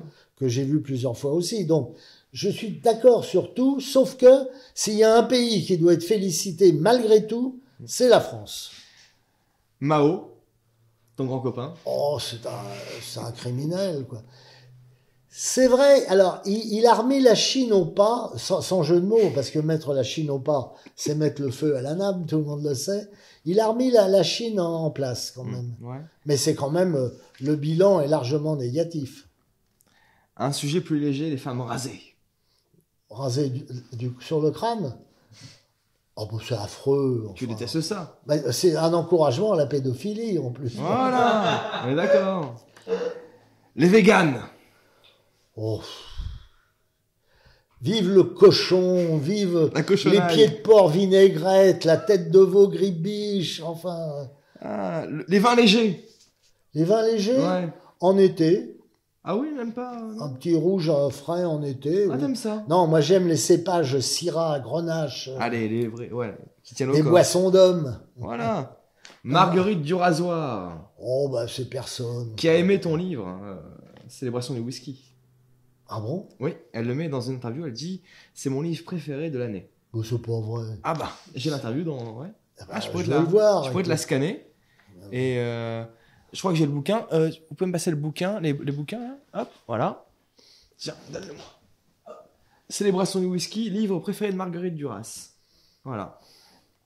Marguerite, Du je t'ai rasoir. calomnié. Mais elle t'a adoré.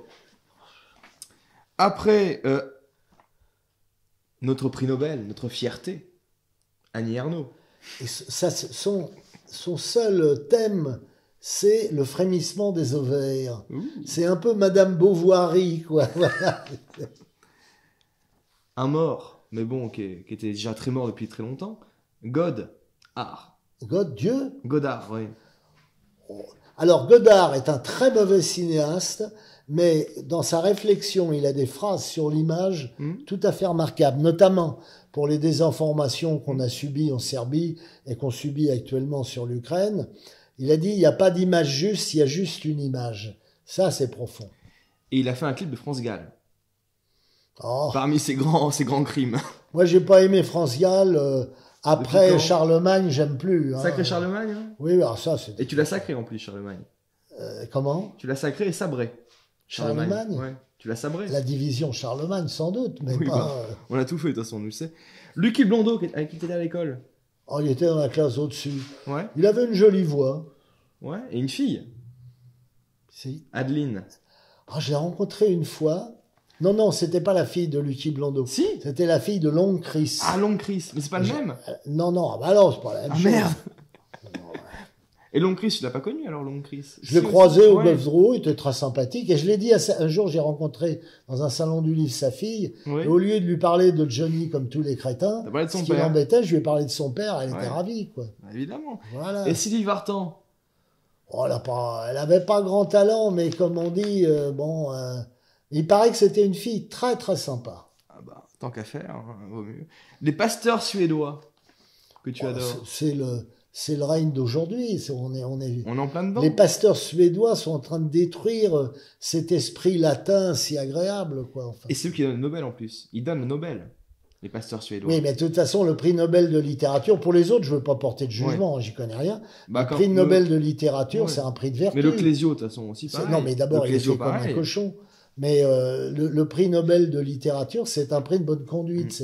C'est ce qu'on appelait autrefois les rosières. Vous savez, le rosier de Madame Husson. Bon, voilà, Le bonheur.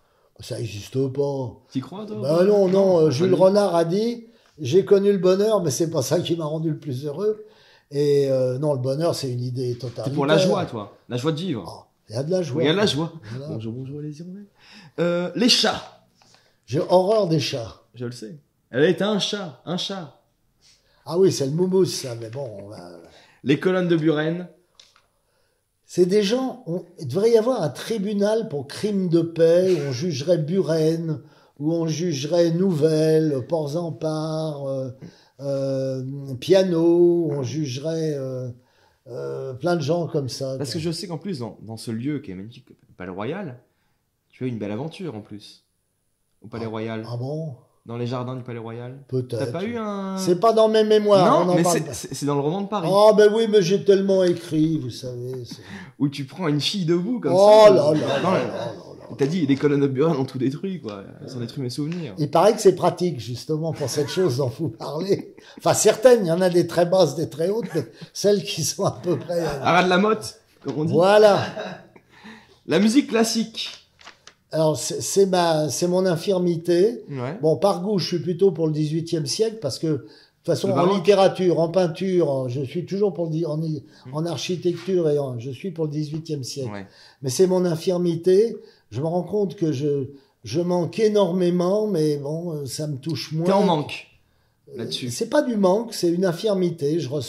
Oui, un peu comme si j'avais j'avais une jambe coupée et je continue de la sentir, mais Tu la sens? non. L'Opéra Bastille. Bon, c'est abominable. En plus, il est abominable en soi, mais surtout, À il l'intérieur. fout la perspective Ouais. de la rue Saint-Antoine quand on est au métro Saint-Paul en J'habite à l'air. côté. Hein? Je suis rue de la Roquette, moi. Oh, la rue de la Passage du Roche. Cheval Blanc. C'est foutu, Voilà. tout est foutu. Tout est fou. Paris est foutu, de toute façon. Complètement. Paris est foutu, quoi, camarade Coco. J'ai vu une vidéo de toi sur l'INA. Une litho. Non, une vidéo. Parce qu'une Ouais. lithographie, ça remonte. Avec Evelyne Delia, où tu avais un débat sur la météo. Peut-être. Et tu critiquais la C'était météo. chez Vermus. Voilà. Oh, c'était un type, il était sympathique. Ouais, il Vermus. était bon, Vermus. Hein. Très bon, très sympa. Il est mort dans le dénouement et tout. Hein. Ah bon, je crois Total. pas, non, Si. je- Non, mais il y avait personne qui était à l'enterrement, quoi. Ah bah, fallait me le dire, j'y serais allé, parce qu'il Ouais. a toujours été réglo Bah avec oui. moi. Non. Mais moi, il est mort seul, quoi, c'est ça le truc. j'ai horreur qu'on m'explique l'anticyclone des Açores et tout. On me dit, voilà, demain à Paris, il fera beau, il fera mauvais. Bon, ça m'intéresse. Et t'as insulté Evelyne Delia en plus. Oh, Tu l'as non, insulté. non, non, T'as non, dit, non. mais qu'est-ce que vous dites? Vous dites n'importe quoi. Vous dites n'importe quoi. Peut-être, Voilà. oui. Oh, bah, c'était des émissions qui étaient faites pour ça. Et t'as parlé de surtout un bouquin qui est détestable, Les Lettres de mon moulin. Ah ben moi, tout ce qui est... Provençal. Tout ce qui vient de Provence, je n'aime qu'une seule pièce, enfin qu'un seul film d'ailleurs, Pagnol. de Pagnol, c'est le Spoons, parce que ça Ouais. parle de cinéma, et c'est un des rares bons rôles de Fernandel, qui est quand même un assez mauvais acteur, faut bien le dire. Il nous reste encore 2 personnages dont il faut parler. Enfin, peut-être 3, parce que le deuxième apporte la troisième. On parlait de Combas, Le peintre ou le peintre, qui était l'ex de Sylvana Lorenz, qu'on a reçu il y a 2 semaines ici. Ouais. Voilà, donc tu étais fou amoureux d'ailleurs. J'étais fou amoureux d'elle. Non, on a essayé de créer une relation avec Simon, mais non, ça n'a pas réussi. Et donc, Combas, que penses-tu de Combas? Parce que tu le Oh, démontres c'est quand même pas mal. Hein. C'est personne, enfin bon. Il sert à rien. Il est fini, Coco. Et là, t'as eu un coup de gueule sur ta page dans Facebook avec Vanessa Springora. T'as poussé un coup de gueule sur Facebook il y a pas longtemps. Oh oui, un certain temps quand même. Non, je pense, voilà des dames, n'est-ce pas, qui, grâce à un écrivain, rentrent dans le domaine de la littérature, deviennent écrivains, Éditrice, éditrices, surtout. et ben Chez elles qui? devraient Chez dire Julien. merci, et puis Voilà. c'est tout. Oh, voilà. Et donc, on vient parler du dernier. Et s'il n'en reste qu'un, ce sera celui-là. Gabriel Maznev. Alors, Maznev est sans doute le Voilà. dernier grand écrivain français. Ouais. Alors, il est possible d'ailleurs que d'ici la fin de leur vie, Taillandier, Dutertre, Du Et Turc, un d'autres très bon encore. écrivain d'ailleurs aussi. oh bah Dutertre est un écrivain Très de bon haut vol, écrivain. Taillandier aussi d'ailleurs. Le rattrape, c'est tout à fait possible. Mais disons que son antériorité lui donne une sorte d'avantage. Puis alors, quand on lit des livres, quand il parle par exemple de ses maîtres, mais c'est magnifique parce que Oui. au Maître fond, et complice. ce qui est le plus important dans la littérature et dans ce qu'on appelle entre guillemets la culture, j'aime pas ce mot-là, mais qui est la transmission des connaissances. C'est ça. C'est ça qui est important. Le reste, Maître c'est et de la complice, blague. voilà. Le reste, c'est de la blague. J'aimerais parler de 2 personnes que j'aime beaucoup, qu'on a. Voilà. C'est Savigno. Josane Savigno. Je l'ai rencontré une fois. Ouais. Et on lui dit, vous savez, c'est un très bon ami de Jean Dutour. Elle fait, ah ben évidemment, Jean Dutour, bon, ça voulait tout dire. Et Solers, pour finir. Ouais, alors, vous êtes peut-être pas assez calé en marxisme, mais il y avait un livre de Marx qui s'appelait Salaire, prix, profit. Et j'ai toujours pensé qu'on pourrait écrire Solers, prix, profit. Bah, merci beaucoup, Maître Pocard. Mais de rien. de Passons au rien. live. Passons au live. Ah, le live. Allez. Qu'est-ce que c'est que ça? C'est Le live, c'est le direct. concert, le direct. Ah, le Le direct. concert de Maître Pocard. Alors, attends, parce que... On va changer la caméra. On va mettre les- voilà. parce Et que... je pense que mettez-vous là. Voilà.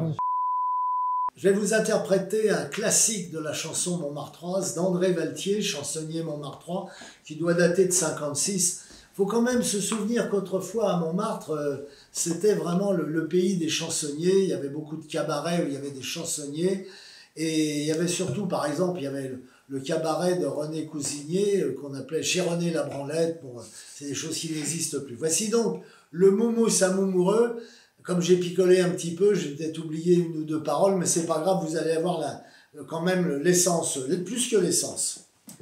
Alors évidemment, le Moumous à Moumoureux, c'est parce que je bafouille. C'était un gaga, c'était un garçon, il était moumoumou, il était moussaillon. Il avait l'air con, constamment hébété, car il était cucu, curieusement conformé.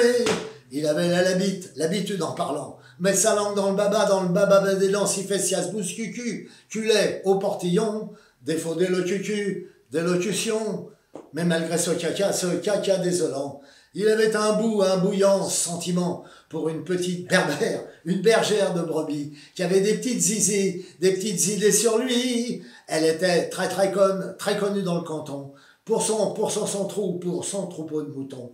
Mais elle avait un charme si mutin, que tous les gars quêtaient sa main, caressant l'arrêt ses cheveux frisés. Il lui dit, je veux t'épouser. Je serai pas toujours moussaillon.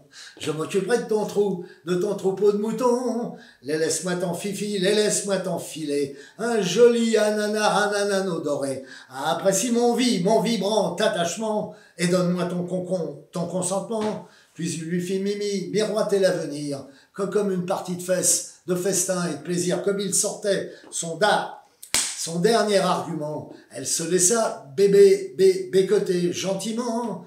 Ici, le cul, curieux ne saura jamais ce qui fit le vif du sujet. Mais le temps qu'il lui dise, papa, méfie-toi, elle était déjà enceinte de 3 mois. Alors, tout concerné, il lui dit, faut bander nos volontés. Moi, je reprends mon boulot. Toi, tu reprends ton troupeau. Privé de son ananas, privé de son anamour, elle mouillait de 2 mouchoirs par jour. En rêvant de son heureux passé, elle faisait pitié. Elle lança des dépêches et pleurait, disant, on t'a monté le coup, certainement. Tu devais garder ton troupeau loin du pays, mais t'as sûrement désobéi. Elle lui dit, je veux plus que tu me suces, que tu me suspectes, et je veux que tu me respectes. Mais lui, visant le chapeau de sa bergère, tira 3 coups de revolver, désolé de ce qu'il avait fait.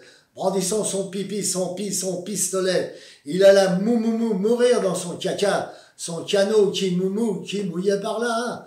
Ce fut la fin de ce curieux roman. Si vous avez trouvé quelque agrément, c'est que vous êtes très complaisant et gentil, et moi je vous dis merci. Ouais, maître Pocard.